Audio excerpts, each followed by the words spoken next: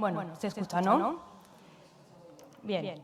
Bueno, buenos días y pues volver a agradeceros vuestra participación hoy, tanto a la gente que ha podido participar y venir a acudir de manera presencial como a la gente que nos sigue en remoto. Bueno, arrancamos estas jornadas con una mesa en la que vamos a hablar del eje intestino, microbiota y cerebro y cómo se relaciona con varios factores, que pueden ser la dieta, la salud cerebral y varias enfermedades neurológicas y trastornos psiquiátricos. Yo personalmente creo que es un tema muy novedoso y muy actual. De hecho, en la última década, el papel fundamental de la microbiota en la salud cerebral y también su participación en esta comunicación entre intestino y cerebro pues se ha convertido en un foco de gran interés científico y también yo creo que se ha establecido como un campo de vanguardia en la investigación. Pero bueno, sin detenerme mucho más en esto, pues eso, simplemente pues agradecer la labor de toda la gente que trabaja en este campo, porque saber más sobre la microbiota no solo nos ayuda a seguir abriendo nuevas líneas de investigación y mejorar nuestro conocimiento, sino también pues, desarrollar nuevas estrategias terapéuticas que nos ayudan a mejorar nuestra salud cerebral. Así que muchas gracias y ya no os quito más tiempo. Vamos a empezar con la primera de nuestras ponentes. La doctora Eva Medina es investigadora del área intestino-cerebro del Instituto de Agroquímica y Tecnología de Alimentos del CSIC y nos hablará de cómo la microbiota intestinal contribuye a la salud cerebral.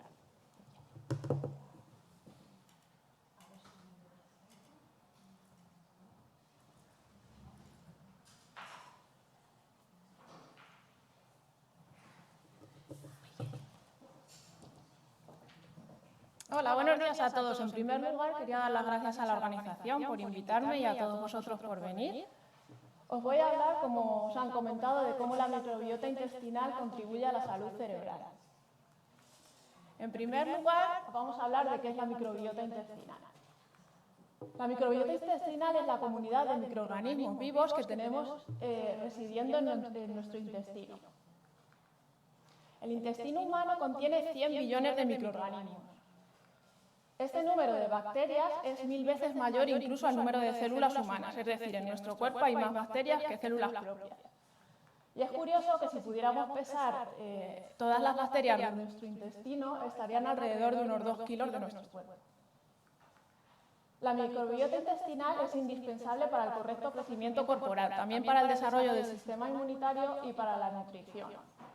Además, participa en muchísimas enfermedades. Tenemos enfermedades del sistema respiratorio, del sistema urinario, enfermedades de la piel, también enfermedades relacionadas con la dieta, como la obesidad, enfermedades cardiovasculares, por supuesto, enfermedades intestinales, y en lo que nos vamos a centrar hoy es en enfermedades del sistema nervioso. Tan importante es la microbiota en la salud mental, que no sé si lo habéis oído, que se conoce al intestino como el segundo cerebro. Y esto es porque cuando la microbiota intestinal está en un estado de equilibrio, que nosotros llamamos eubiosis, la salud mental está en perfecto estado. Sin embargo, cuando la microbiota intestinal se altera, que es lo que llamamos un estado de disbiosis, podemos llegar a tener enfermedades de salud mental. Por tanto, la microbiota intestinal tiene un papel fundamental en la salud cerebral. Y esto es porque existe, como os han comentado antes, una comunicación continua entre las bacterias de nuestro intestino y nuestro cerebro, y viceversa. El cerebro también manda señales a nuestro intestino y a sus bacterias. Por tanto, las bacterias que están en el intestino pueden controlar nuestra salud mental. Esta conexión entre el cerebro y el intestino se hace mediante nervios o neuronas que directamente conectan el cerebro con el intestino y también a través de la circulación sanguínea, mediante hormonas o células o moléculas del sistema inmune que pueden viajar de un sistema a otro para comunicarles. En el caso del daño cerebral adquirido, ya sea por traumatismos, tumores, ictus u otros casos, lo que ocurre es que esta comunicación se puede romper. Entonces, esto afecta a las bacterias del intestino. Los cambios en las bacterias del intestino son muy variables y dependen de cada paciente, dependen del tipo de afección, dependen de la región afectada y dependen del grado de afectación. Entonces, no me voy a detener en contaros exactamente qué bacterias cambian, pero lo que sí es común en la mayoría de los pacientes es que aumenta la permeabilidad intestinal. No sé si sabéis que el intestino tiene una barrera, que es lo que mantiene a las bacterias ahí confinadas dentro del intestino para que no pasen al resto del cuerpo. Cuando esta permeabilidad se ve afectada, en primer lugar podemos sentir malestar intestinal, pero además las bacterias pueden pasar desde el interior del intestino hacia el resto de órganos y causar daño o infecciones. Además, lo que se produce cuando aumenta la permeabilidad de la barrera intestinal es que ocurre una inflamación generalizada. Entonces, esta inflamación, por medio de la circulación, puede llegar a otros órganos, incluido el cerebro, y afectar a nuestra salud mental. Por tanto, proteger la barrera intestinal es una prioridad tras el daño cerebral. ¿Qué factores serían perjudiciales para la microbiota intestinal y para la barrera intestinal? En primer lugar, una mala nutrición, también tenemos una toma de antibióticos descontrolada, o factores como el alcohol o el estrés podrían ser perjudiciales para la microbiota intestinal. Por tanto, todos estos factores tenemos que evitarlos. Además, también es importante prevenir, no solo tratar la barrera intestinal tras el daño cerebral. También antes de que ocurra, como en el caso del ictus, se sabe, como os han comentado antes, que el aumento de la carne...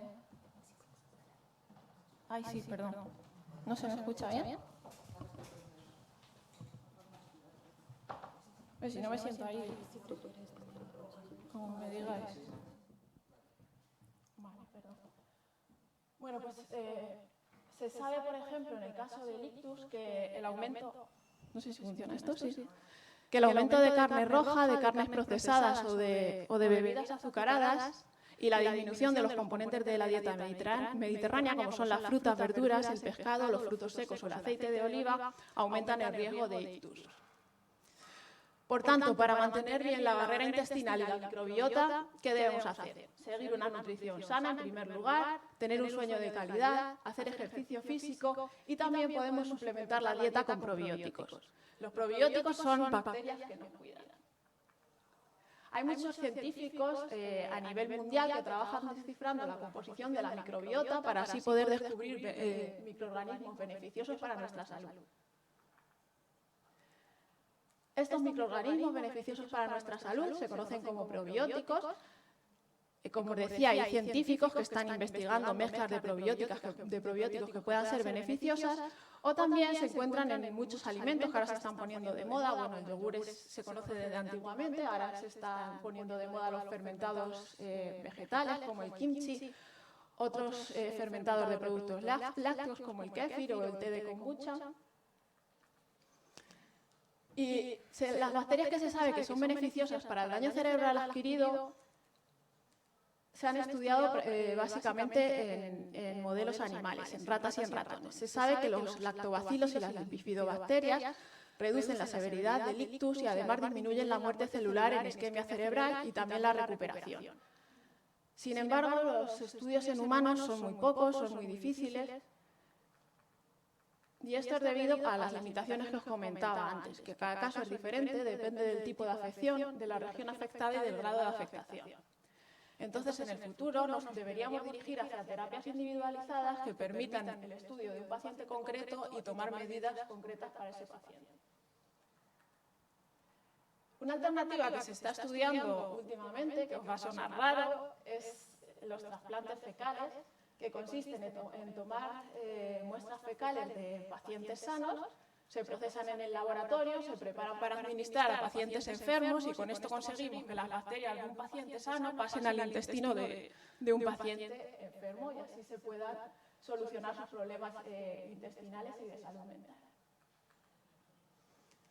Por último, os quiero hablar del daño cerebral adquirido en relación con la salud mental. se sabe que la prevalencia de depresión en el primer año tras sufrir un ictus es del 30%. Además, tras un daño cerebral, va del 7 al 63% dependiendo de la gravedad del traumatismo.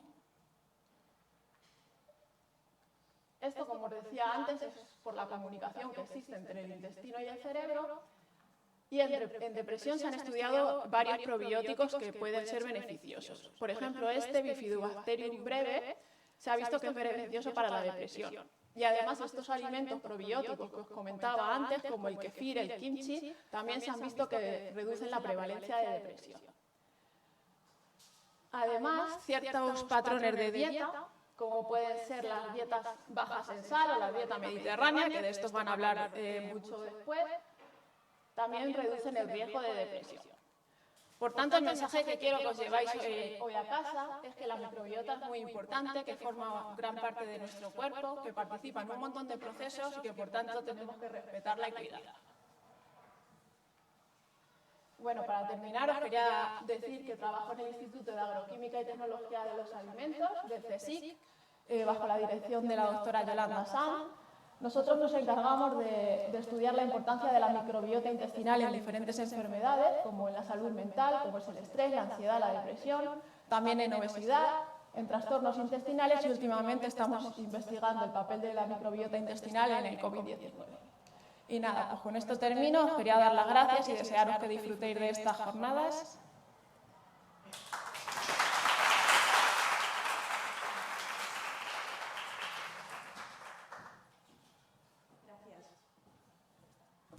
Bueno, recordaros que vamos a reservar unos 15 minutos al final de la mesa para las preguntas, ¿vale?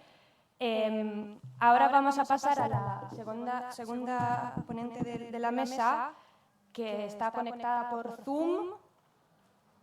No sé si...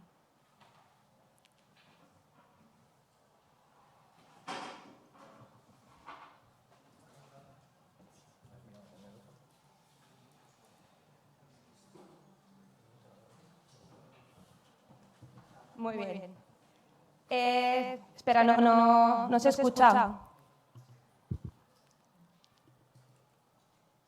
¿Se escucha algo ahora? Ahora sí, muy bien. Bueno, que tenemos aquí a Laura Díaz, que es doctora en biomedicina por la Universidad de Barcelona y actualmente trabaja como investigadora postdoc en el Institute of Microbiology, Infectious Diseases and Immunology en Berlín. De hecho, la tenemos aquí en directo desde Berlín.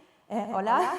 Y nos hablará del papel de la dieta y de la microbiota en el daño cerebral, en la epilepsia y en otros trastornos psiquiátricos.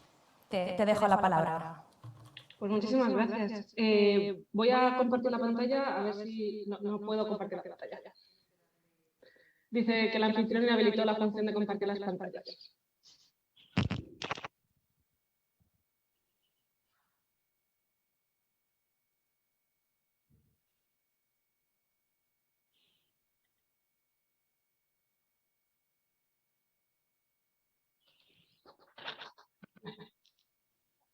Ya puedes compartir, creo. Sí, perfecto. Vale, estupendo.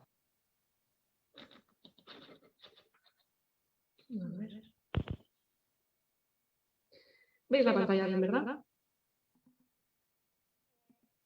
Si alguien me lo puede confirmar para que luego me ponga a hablar y no veáis nada. Sí, la veis, vale.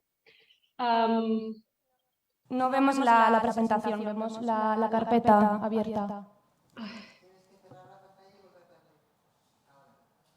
Cosas de después de 2 años de pandemia... Nunca nos vamos a acostumbrar, no te preocupes. Esto no me acaba ni de convencer. Vale, ¿ahora? Ahora sí, perfecto. Genial, vale, gracias, chicas.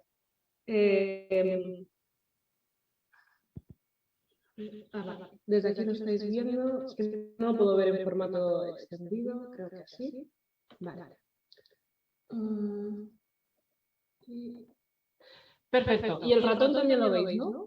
Es que yo os veo tan chiquititas que no puedo confirmarlo. Sí, lo vemos. Vale, muy bien, muy bien. Bueno, pues después de este problema técnico, como siempre tendría que haber alguno, lo primero, muchísimas gracias a la organización por haberme contactado para poder dar esta charla, la cual he titulado Ictus, epilepsia y trastornos mentales. ¿Cuál es el papel de la dieta, la microbiota en el cerebro? Porque todos estos componentes pues están conectados entre sí. Para que tengáis un overview de cómo voy a hablar a lo largo de la charla, lo primero que voy a hacer es una introducción relativamente breve para explicar en qué consiste la relación entre el cerebro y el intestino. Después voy a pasar a tratar un ejemplo de enfermedades agudas, como es el ictus. Después un ejemplo de enfermedades crónicas, como la epilepsia. Otros, un par de ejemplos de trastornos mentales, centrándome en la esquizofrenia y en la depresión.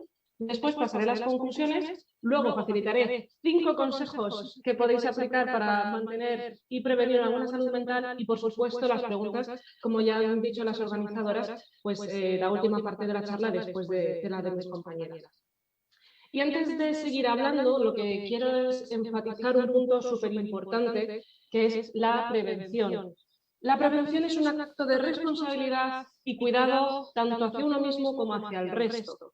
Y requiere un abordaje desde la actuación médica, política y perspectiva individual. ¿Por qué estoy diciendo esto? Porque muchas enfermedades que a día de hoy estamos tratando directamente con pastillas son prevenibles, se pueden prevenir desde una estrategia de salud preventiva y desde la salud pública. Pero para esto se necesita estrategias políticas y también la actuación de los médicos para comprender que no siempre podemos tener una sintomatología y poner un parche a modo de pastilla. Hay ejemplos que permiten mantener una salud adecuada si se hace desde la prevención. Y por eso digo que es un tema de responsabilidad individual, pero también desde el punto de vista de la actuación médica, política y comunitaria.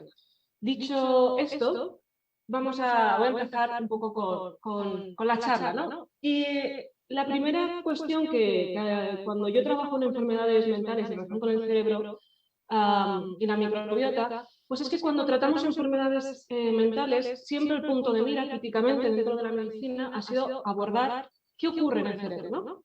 ¿Qué está pasando ahí? Y entonces todos los tratamientos siempre van enfocados a este órgano, que es desde luego relevante.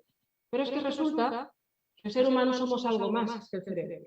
El ser humano somos una entidad complejísima formada por diferentes órganos que, lejos de estar aislados entre sí, están conectados. Se envían señales los unos a los otros, de forma que lo que pasa en un órgano no es exclusivamente peligroso o preocupante para ese órgano, sino también para el resto de los órganos del cuerpo. Y en este sentido es en el que se establecen diferentes ejes de comunicación. Y esos ejes de comunicación puede ser, por ejemplo, del cerebro, el eje cerebro-corazón, estaría el eje hígado-intestino y, por supuesto, el que tiene motivo para la charla de hoy es el eje cerebro e intestino.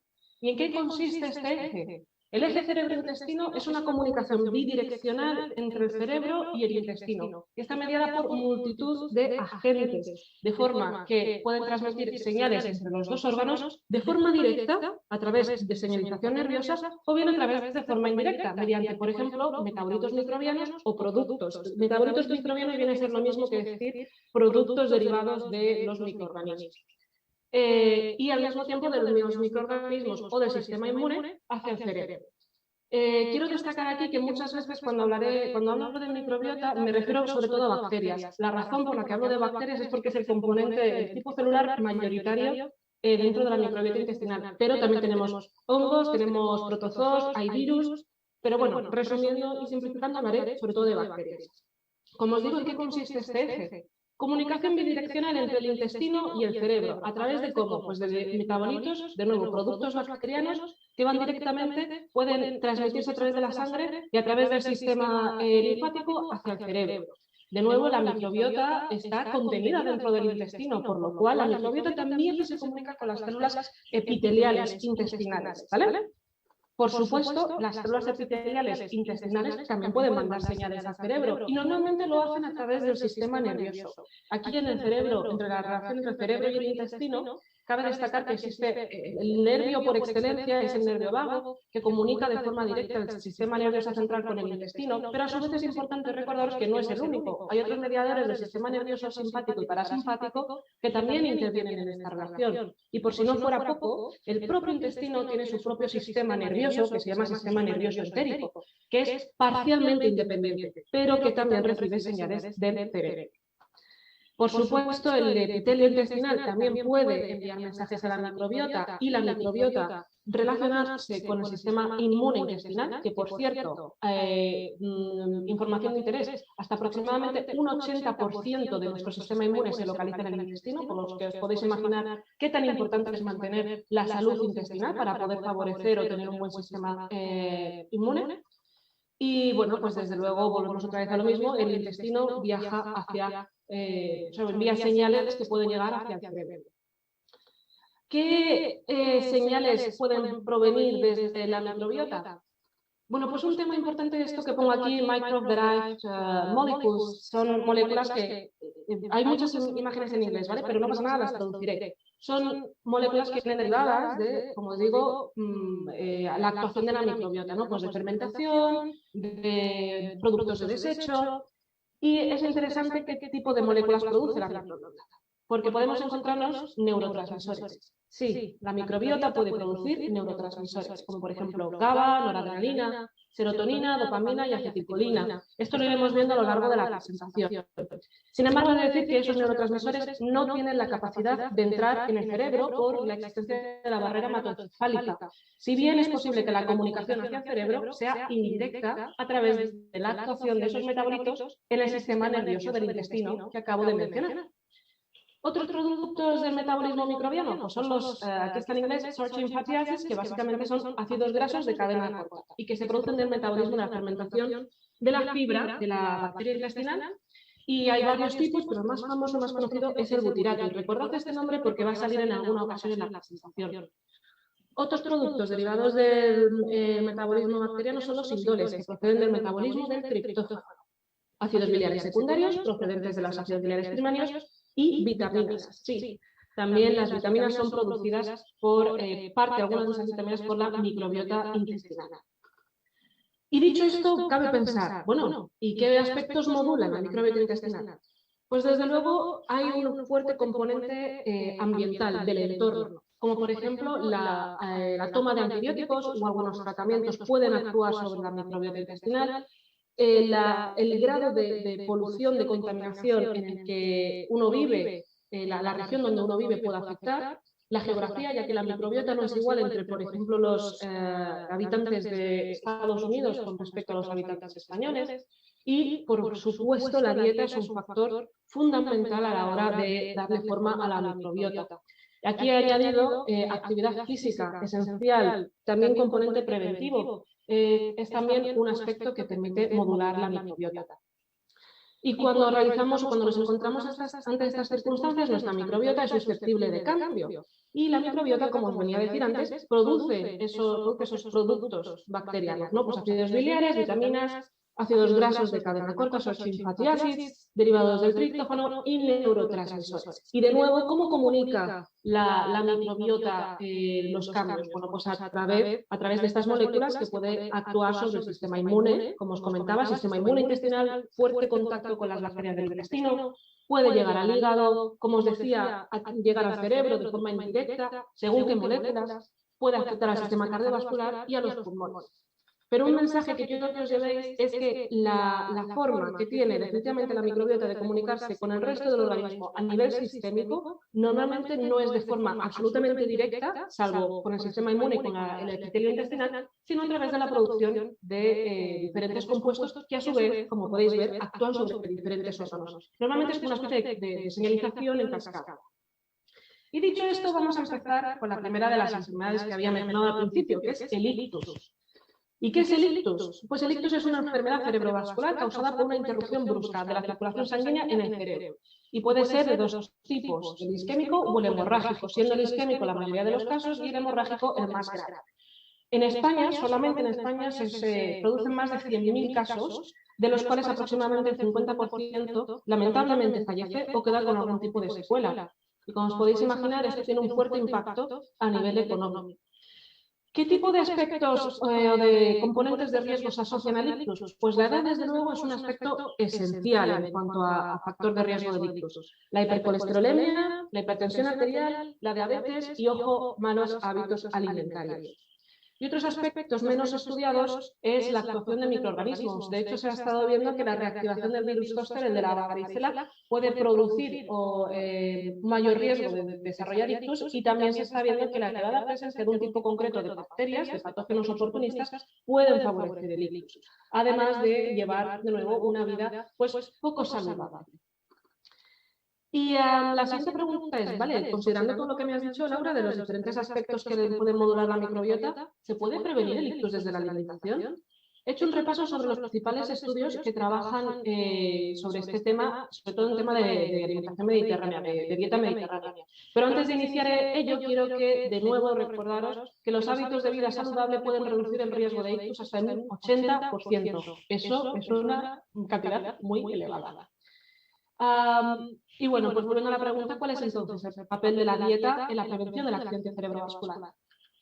Tenemos un estudio del 2008 que nos dice que el consumo, es un estudio realizado en Grecia, que el consumo de cereales, pescado y aceite de oliva disminuye la enfermedad cardiovascular, ¿no? Y azúcares, carne roja, margarina, queso duro, el consumo de alcohol aumenta el riesgo. En el 2018 se hace Predimed, un estudio español en el que se indica que la dieta rica en aceites monoinsaturados y poliinsaturados reduce el riesgo de eventos cardiovasculares en un 30% en comparación con una dieta reducida en grasas. El estudio Cordioprev, que es un estudio muy reciente, nos dice que la dieta mediterránea rica en aceites monoinsaturados y poliinsaturados, es decir, los que encontramos en el aceite de oliva, sobre todo el aceite de oliva virgen, frutos secos y pescado graso, tiene un mayor efecto preventivo secundario que la dieta de las grasas, que la dieta baja en grasas, es decir, previene segundos casos de ictus. Y aunque estamos hablando de diferentes tipos de ácidos grasos, acaba de salir en febrero o marzo del 2022 un macroestudio en el que, de hecho, típicamente se solía asociar las grasas saturadas a mayor riesgo cardiovascular. Bueno, pues no se pueden asociar. Se sabe que, se piensa que sí que están asociadas con un aumento del colesterol, pero un consumo elevado de ácidos grasos saturados no estaría relacionado con un mayor riesgo de ictus. Si bien sí sabemos, lo estamos viendo, que el consumo de otros aceites como los poliinsaturados o los monoinsaturados procedentes del aceite de oliva o del pescado o de semillas, de frutos secos, sí que podrían tener un efecto preventivo. Y simplemente, aunque no es objeto de mi charla, pues quería poner este documento, esta pequeña información sobre la enfermedad del Parkinson, en el que comentan que aquellos pacientes que habían estado bajo una dieta mediterránea muestran una reducción significativa en la progresión de la enfermedad del Parkinson cuando se compara con el grupo control. ¿Vale? Simplemente quería mostrar otra vez otros efectos de la dieta mediterránea. ¿Pero en qué consiste la dieta mediterránea? Y aquí supongo que otros colegas serán capaces de explicarlo pues, mucho mejor que yo. La dieta mediterránea consiste en un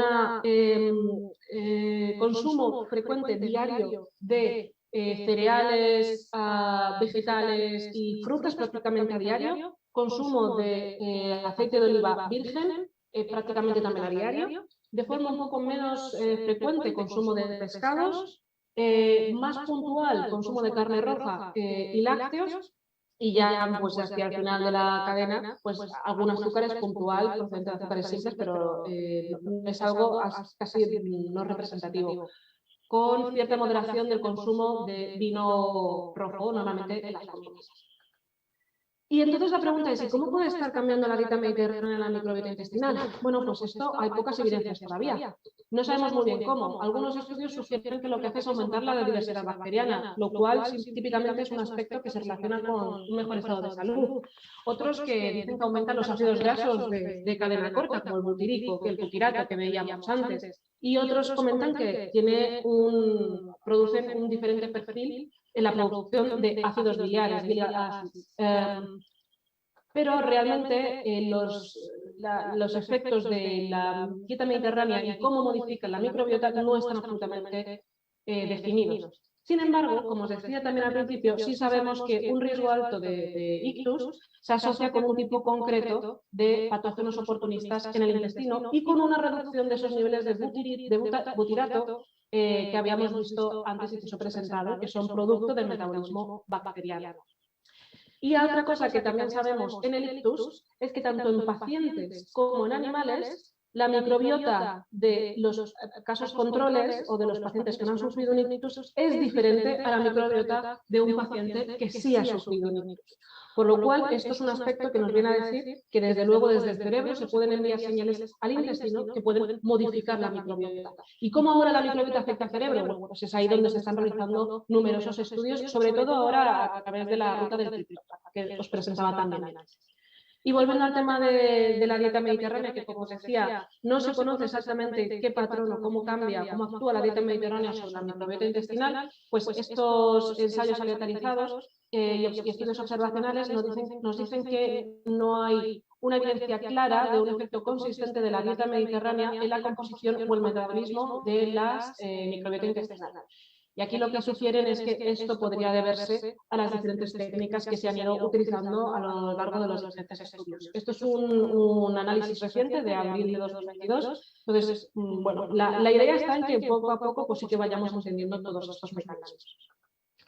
Y la siguiente pregunta es, ¿y hay algo que aumenta el riesgo de ictus, Laura? O sea, nos has dicho lo que puede disminuirlo, pero ¿hay algo que aumenta? Bueno, pues resulta que sí, esta molécula que se llama trimetilamina N-oxide, que en español es N-óxido de trimetilamina, y esta molécula se ha visto que su elevada presencia en sangre lo que favorece es una hiperreactividad de las plaquetas. Y al tener una hiperreactividad de las plaquetas van a crear, es mucho más fácil que creen un trombo. Y como os decía, el ictus se produce debido a un bloqueo del flujo sanguíneo y en numerosas ocasiones es debido a un trombo. Además, se ha visto que los aumentos elevados, los niveles elevados de TMAO en sangre no solamente se puede utilizar como un componente de riesgo de ictus, sino también como un componente pronóstico, ya que se ha visto que aquellos que tenían niveles elevados de TMAO también tienen un peor recuperación del ictus. ¿Y de dónde viene esta molécula? Pues esta molécula viene de la actuación de las bacterias intestinales, a partir del metabolismo de la colina y de la carnitina. ¿Y dónde encontramos esos productos? En el hígado, en ternera, en productos vegetales como el brócoli, como los garbanzos, el huevo, lácteos. Esos productos contienen colina, que es utilizada por las bacterias intestinales, las cuales, como producto de desecho, producen TMA, que pasa al hígado, y produce este TMAO, que pasa al torrente intestinal, al torrente sanguíneo. ¿Y cómo sabemos que viene de las bacterias intestinales? Bueno, pues porque hay un estudio, o hay varios estudios, que cuando tratan en ratones, cuando ese ratón se le trata con antibióticos y se elimina por completo su bacteria intestinal al mismo tiempo, o se utilizan ratones que se llaman germ-free, que son ratones libres de gérmenes, o sea, nada, ni una sola bacteria tiene en su interior, pues porque esta molécula no se produce. Ejemplo, rápidamente me paso por este estudio, hacen un trasplante de muestra fecal desde un humano, ¿sí? Se coge la caca del humano, es relativamente sencillo y se le traspasa a un ratón. Estos humanos tenían niveles elevados de TMAO y cuando se le hace un ictus al ratón, resulta que ese ratón tiene un peor pronóstico y unos niveles de infarto mucho más elevados que los ratones a los que no se les ha realizado el trasplante de muestra fecal. Ratones a los que se les ha dado una dieta enriquecida en colina y tienen niveles elevados de TMAO, también les pasa lo mismo. Y luego aquí, bueno, pues se le dio una bacteria que es capaz de generar, actuar sobre la colina de forma mucho más eficiente y de nuevo pasa lo mismo. Cuando actúa sobre la colina se producen niveles elevados de TMAO, lo cual afecta al riesgo del ictus.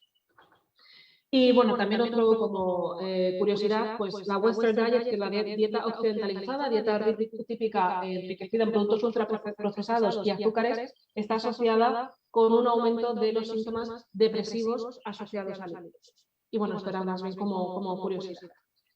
Voy a pasar a la siguiente enfermedad, que es la epilepsia. ¿Y qué es la epilepsia? Bueno, pues es una enfermedad crónica caracterizada por convulsiones recurrentes. Tiene una etiología compleja y tenemos hasta un 60% de los casos que son idiopáticos, es decir, no tenemos ni idea de cómo surgen. Y lo malo de la epilepsia es que además cursa con otras comorbilidades, como por ejemplo depresión, ansiedad e incluso problemas de aprendizaje. Y en el planeta, en el mundo, hasta 70 millones de personas sufren epilepsia. Normalmente la primera estrategia farmacológica es la aplicación de fármacos. Sin embargo, un 30% de las personas no responden a esos fármacos y esto es lo que se llama epilepsia refractaria. ¿Y cuál es entonces? ¿Qué hacemos con esas personas que no responden, no son respondedores a los fármacos? Bueno, pues se ha visto que la siguiente estrategia terapéutica es realizar una dieta cetogénica. ¿Qué es esto de la dieta cetogénica? La dieta cetogénica es una dieta muy rica en grasas, con aproximadamente un 70%, depende de los ratios, pero aproximadamente un 75% de grasas, con un 20% aproximadamente de proteínas y entre un 5 y un 10 de carbohidratos. Los carbohidratos tienen un componente muy bajo dentro de esta dieta, en la que desde luego lo que abundan son las grasas. ¿Y qué ocurre a nuestro organismo cuando estamos en cetosis, que se dice? Pues que se producen los cuerpos cetónicos. ¿Y qué es eso de los cuerpos cetónicos? Cuando tenemos en nuestro organismo unos niveles bajos de glucosa, al realizar una dieta cetogénica, porque como os digo, los azúcares es lo último que se incorpora en una cantidad muy baja, lo que va a ocurrir es que el páncreas va a disminuir la insulina y a producir niveles elevados de glucagón para poder, a partir de la lipólisis, extraer el glicerol y crear azúcar, porque dice, hostia, aquí no hay azúcar, necesitamos azúcar. Vale, lo que se va a producir es en el hígado una gluconeogénesis procedente sobre todo de la lipólisis en unas siguientes fases de los ácidos grasos. Y esta lipólisis lo que va a permitir, perdón, de los triglicéridos, y esta lipólisis lo que va a permitir, después de diferentes procesos, es la obtención de cuerpos cetónicos. Típicamente el beta-hidroxibutirato y el acetocetato. Estos cuerpos cetónicos tienen la capacidad de proporcionar energía en ausencia de azúcar a otros órganos como el corazón, los riñones, el músculo esquelético y el cerebro, ¿vale? Importante. Es decir, ausencia de azúcar, disminuye los niveles de glucosa en sangre, aumenta el glucagón, disminuye la insulina, aumenta la lipólisis, obtenemos liberación de los ácidos triglicéridos y obtenemos cuerpos cetónicos que van a actuar en diferentes partes del cuerpo. ¿Y qué ocurre con la dieta cetogénica en la epilepsia refractaria? Pues que en general la mitad de todos los pacientes tratados con dieta cetogénica, cada vez es dieta cetogénica porque viene del nombre en inglés ketogenic diet, ¿vale? Lo veréis varias veces. Tienen al menos una reducción del 50% en la frecuencia de sus convulsiones.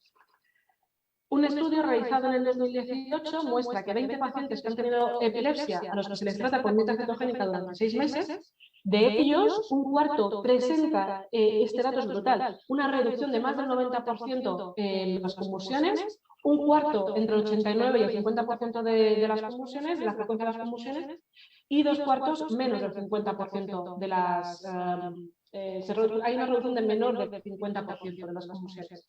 Entonces, podríamos pensar, pero entonces esto es una maravilla, mantengamos la dieta cetogénica continuamente para estos pacientes. No, porque la dieta cetogénica lamentablemente también tiene unas desventajas a largo plazo, que es que favorece la formación de piedras en los riñones y está asociada a daño hepático, cardíaco y óseo. ¿Vale? Pues pensemos en una alternativa. Y no os lo vais a creer, pero esa alternativa es la microbiota intestinal. Entonces, ¿qué es lo que sabemos de la microbiota intestinal en epilepsia? Pues todavía no está absolutamente claro, porque todavía no entendemos muy bien cuáles son los mecanismos de la dieta cetogénica y cómo está actuando sobre la recuperación de estos pacientes.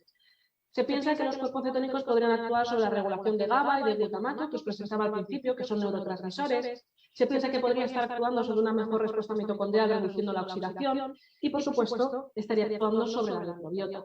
¿Y qué sabemos sobre la microbiota? Pues os voy a presentar este experimento tan bonito del 2018, que es una publicación en Cell, que es una revista muy buena dentro del ámbito científico, que lo que tienen son 2 ratones que tienen epilepsia, ¿vale? Bueno, tenemos 2 grupos. A uno le dan dieta cetogénica y al otro le dan una dieta control. Y ven que tras 4 días de intervención de la dieta, ya la microbiota es diferente. Y en este grupo de la dieta cetogénica hay un aumento de la Akkermansia y de parabacteroides. Y en el otro te presenta un perfil diferente de Bifidobacterium y de Sulfobacterium. Bueno, ¿y esto cuál es el papel de la microbiota aquí? Vale, bueno, pues cogen este grupo que ha sido respondedor, o sea, ha cambiado la dieta cetogénica y ha dejado de sufrir epilepsia, ¿vale? Porque estos grupos bajo dieta cetogénica ya tienen una reducción de la epilepsia. Y dicen, bueno, pues vamos a darles dieta cetogénica y les vamos a quitar las bacterias. Y entonces utilizan modelos germ-free mice, que son lo que os digo, animales absolutamente libres de bacterias, o bien les tratan con antibióticos, que eso es otro modelo que se utiliza para eliminar totalmente las bacterias. A estos los dejamos así, es decir, no tenemos bacterias y les producimos epilepsia. Y a otro grupo en dieta cetogénica les vamos a dar Akkermansia y parabacteroides, que son los que veíamos que aumentaban en este grupo. Vale, ¿qué ocurre? Interesante. Cuando nos vamos a los animales libres de bacterias y les damos dieta cetogénica, la dieta cetogénica no tiene ningún efecto, no están protegidos frente a las convulsiones. Sin embargo, cuando le damos dieta cetogénica más la combinación de estas bacterias, los animales están protegidos con las convulsiones. Es decir, la microbiota está actuando en la prevención o en la protección de la dieta cetogénica en la prevención de las convulsiones. ¿Y en pacientes qué es lo que sabemos? Pues desgraciadamente los estudios en humanos son pocos y correlativos. No podemos asociar realmente causas. Sin embargo, sí que sabemos que la microbiota de un paciente que responde a los fármacos o de un paciente control es diferente a la de un paciente que no está respondiendo. Y de hecho, mi investigación actual se basa en entender cómo es esta microbiota, qué diferencias hay entre unos y otros para poder acabar estableciendo un perfil que nos permita entender mejor cómo son estas dinámicas en los pacientes. Y dicho esto, vamos hacia la última parte de la presentación, que es la microbiota, la dieta y las enfermedades neurológicas desde el punto de vista de trastornos mentales. Y antes de empezar, quería poneros un poco en contexto, que es que en cuanto a los trastornos mentales, sobre todo en la depresión, se habla de la hipótesis, o siempre se baraja la hipótesis monoaminérgica, por la cual nos dicen que desórdenes del estado del ánimo, como la depresión, estarían caracterizados por una desregulación en la producción de aminas biológicas, ¿no? En este caso, de la serotonina, que es un neurotransmisor. Además, otros neurotransmisores como GABA, que ya ha salido varias veces a lo largo de la presentación. En esquizofrenia se baraja la opción de la hipótesis dopaminérgica, por la cual viene a decir lo mismo, de que es la razón por la que se produciría una esquizofrenia sería debido a alteraciones en la señalización o la producción de la dopamina. Sin embargo, quiero recordaros que estas hipótesis no están demostradas. No sabemos si son causas, son el efecto, no lo sabemos. Sí sabemos que en pacientes que sufren depresión se les ha visto que hay una reducción de la serotonina, pero no sabemos si esa es la causa real por la que sufren depresión. ¿Y por qué esto podría ser interesante desde el punto de vista de la microbiota? Bueno, aún sabiendo que es una hipótesis y que no se ha demostrado la hipótesis monoaminérgica o dopaminérgica, sí sabemos que las bacterias producen serotonina, producen GABA y que incluso tienen receptores para algunos neurotransmisores, como por ejemplo para la adrenalina. Y de nuevo, aunque esto es así y es un hecho, quiero recordaros que lo que produce en el intestino a nivel de serotonina o GABA no traspasa la barrera hematoencefálica, pero es posible que esté actuando, como os decía antes, a nivel o bien del sistema intestinal, inmunointestinal, porque también las células inmunitarias tienen receptores, por ejemplo, para GABA, los linfocitos T, y en el intestino hay un estrecho contacto entre las bacterias y el sistema inmune, o bien a través del sistema nervioso central. ¿Y qué sabemos? Pues me voy de nuevo a la dieta cetogénica y en este caso a la esquizofrenia. Este estudio es de ahora, del 2022, de principios de año. En una corte muy bajita, tienen 31 pacientes que tienen desórdenes bipolares, depresión severa y desórdenes psicoafectivos. Y les dan dieta cetogénica durante al menos 2 semanas. ¿Y qué ven después de 2 semanas? Pues que hay mejoras en la puntuación de parámetros depresivos y de síntomas psicóticos, además de una mejora de los niveles de glucosa.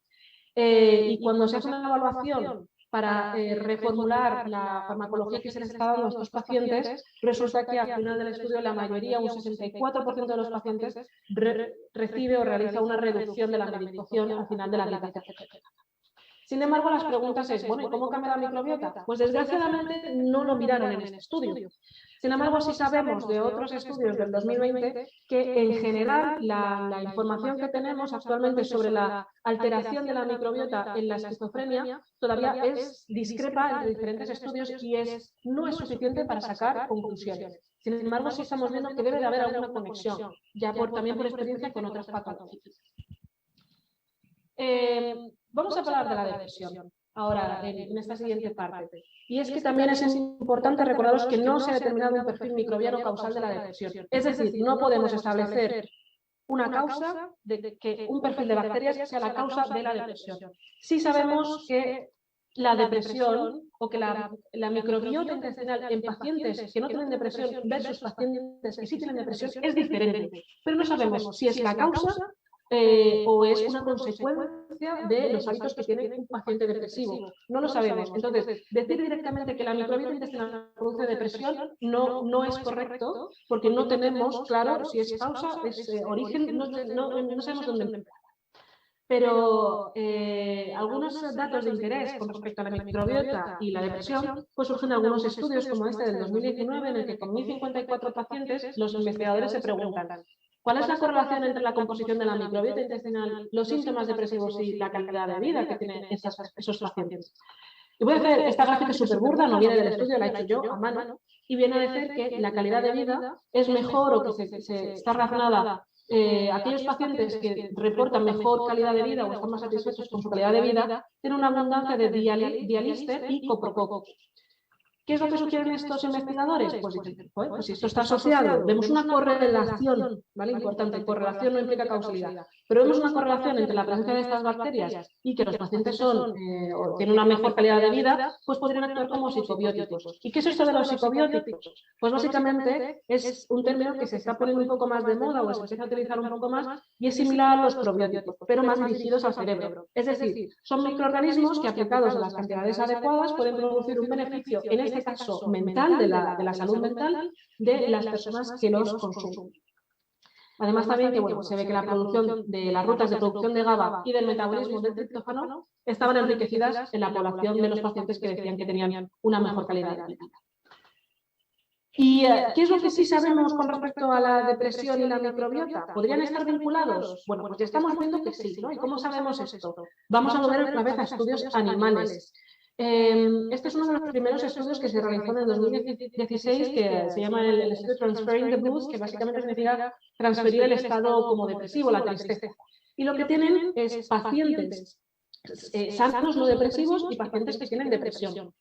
Se les extrae las cacas y se hace un FMT, un Fecal Microbiota Transplantation, trasplante de microbiota fecal a las ratas. Estas ratas se les ha dado antibióticos previamente. De nuevo, antibióticos defleccionan la microbiota intestinal. No tenemos microbiota. ¿Y qué es lo que se observa? Pues que las ratas que han recibido el trasplante de pacientes sanos pues están normal, mientras que aquellas que han recibido el trasplante de pacientes depresivos desarrollan comportamientos asociados a la depresión. Es decir, necesitamos la microbiota intestinal para ejecutar los mecanismos asociados a este trastorno mental, a este trastorno. Y algo nuevo fresquito que os quería traer también en febrero de 2022 es que se han realizado el primer caso de trasplante de microbiota fecal a pacientes con depresión, con major depression. Y bueno, pues son dos pacientes, esto es algo más bien anecdótico porque es muy preliminar, pero resulta que han mejorado, ¿vale? Dice que mejoran sus síntomas 4 semanas después del trasplante. Bueno, aquí dice el efecto duró hasta 8 semanas en uno de los pacientes. Bueno, habrá que ver si esto funciona a largo plazo, pero me parecía súper interesante compartiroslo porque es el primer caso de que se administra, se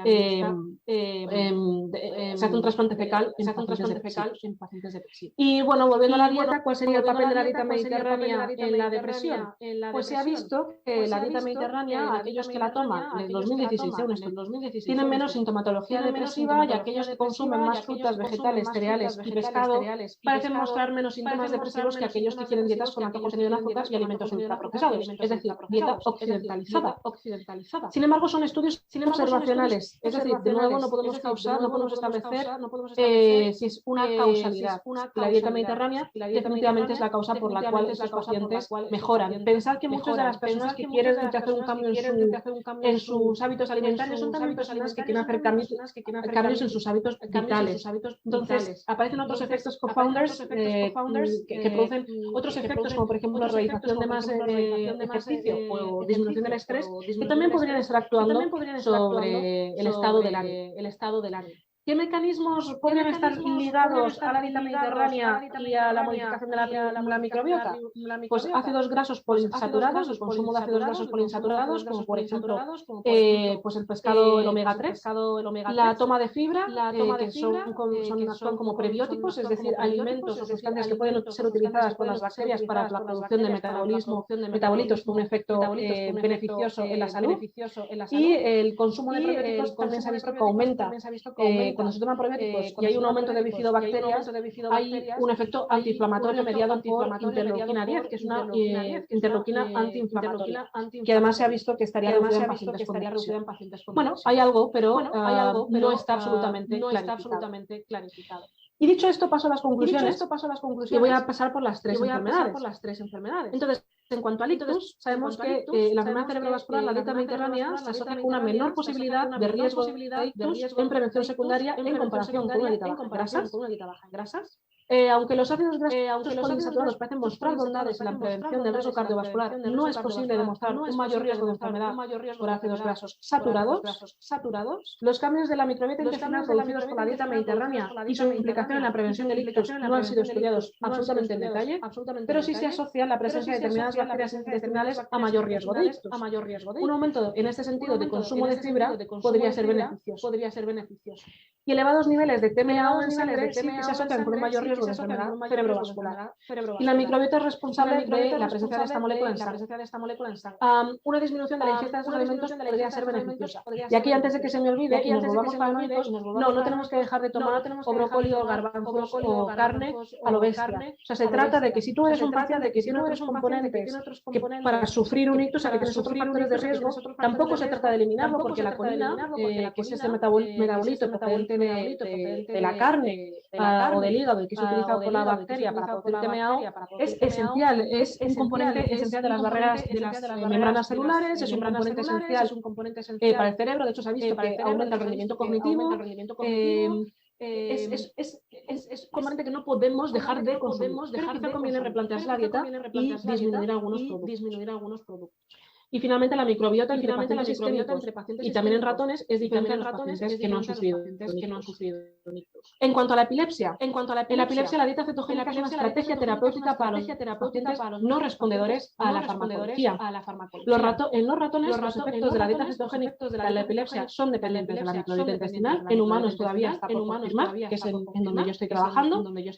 La información que disponemos sobre estudios humanos es limitada y desconocemos los principales cambios microbianos de pacientes expuestos a dieta cetogénica y los mecanismos por los cuales mejoran, que es lo que estoy comentando. Y la microbiota, de nuevo, es diferente entre pacientes sanos y pacientes con epilepsia. De nuevo quiero insistir que a menudo en las patologías tenemos perfiles microbianos diferentes entre los controles y el paciente que sufre la patología. Y finalmente los trastornos mentales. Es importante recalcar que no hay un perfil concreto de microbiota depresiva. No hay un perfil concreto de microbiota depresiva. Digo esto con énfasis porque luego escucho cosas que no lo sabemos, no podemos realmente determinar un perfil. Pero sí que la dieta podría estar actuando sobre la síntesis de diferentes neurotransmisores producidos por la microbiota y estos actuar sobre el cerebro mediante rutas indirectas. Sin embargo, desgraciadamente, de momento estamos limitados por estudios observacionales, pero sí parece que haya una cierta tendencia a que el perfil microbiano correlacione con la salud mental y con la dieta que se está tomando. Y bueno, parece que una dieta rica en ácidos grasos poliinsaturados y fibra podría relacionarse con un mejor estado de salud mental. Y estos 5 consejos para que podamos mejorar, dicho todo esto, ¿qué podemos hacer? ¿Cómo podemos entonces mejorar nuestra vida y por tanto y también nuestra salud cerebral? Pues repaso el mensaje que había dicho al principio. Desde el punto de vista preventivo, comentaba que hasta un 80% de los casos de ictus podrían disminuir o se podrían prevenir. ¿Qué tenemos que hacer? Cosas triviales. Y necesitamos también que desde la medicina haya un apoyo por parte de la filosofía o de cómo se abordan estas patologías y desde las políticas públicas. ¿Pero qué tendríamos entonces que hacer? Pues desde luego disminuir al máximo el sedentarismo. El sedentarismo es un factor de riesgo brutal para muchas enfermedades, especialmente hay un componente de inflamación procedente de las grasas. Segundo punto, invertir en un nutricionista que adapte la dieta a tus necesidades. Invierte en un nutricionista. Yo lo hice desde lo mejor que podía hacer. O sea, mi vida cambió prácticamente 180 grados. Por supuesto, si estás teniendo problemas de estrés, de salud mental, te estás viendo ya colapsado, por favor no dudes en acudir a un psicólogo. O sea, para eso están. Utilízalos. Esa es su función. Están ahí para ayudarte. Y un mejor estado de tu salud mental va a repercutir en un 100% en el estado de salud de tu cuerpo. Toma sol. sintetiza, que tu cuerpo pueda sintetizar vitamina D. La vitamina D está involucrada en muchísimos procesos relacionados con una buena salud del cuerpo y reducción de inflamación. Y por supuesto, ten sueños de calidad. Dormir es una necesidad, no un premio. Duerme, descansa. Y si no puedes descansar porque tienes muchas preocupaciones, acude a un psicólogo y busca ayuda. Y dicho esto, muchísimas gracias por la atención que me habéis prestado en estos minutos y bueno, estaré encantada después de recibir vuestras preguntas. Muchas gracias.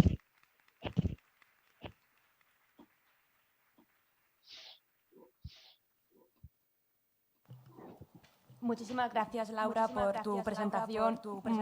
Muy interesante. Pasamos ahora ya a la última ponente de nuestra primera mesa.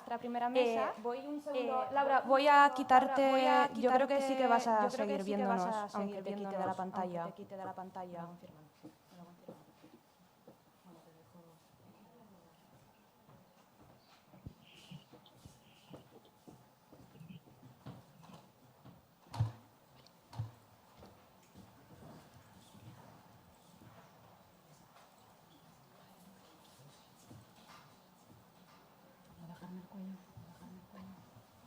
Bueno, tenemos aquí la doctora Lidia Tomás, que es doctora en bioquímica, biología molecular por la Universidad de Valencia y es jefa de proyectos de I+D+I en el Centro Tecnológico AIña y ahí trabaja como responsable de la línea de estudios preclínicos in vitro.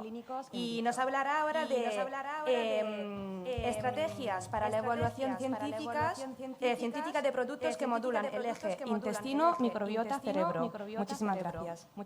Muchas gracias, Constanza. En primer lugar, agradecer a la organización, a María y a Constanza por habernos invitado a formar parte de esta jornada tan interesante. Y la verdad es que, bueno, a mí me parece también a nivel personal que están haciendo una labor, la verdad es que muy bonita. Continuará así.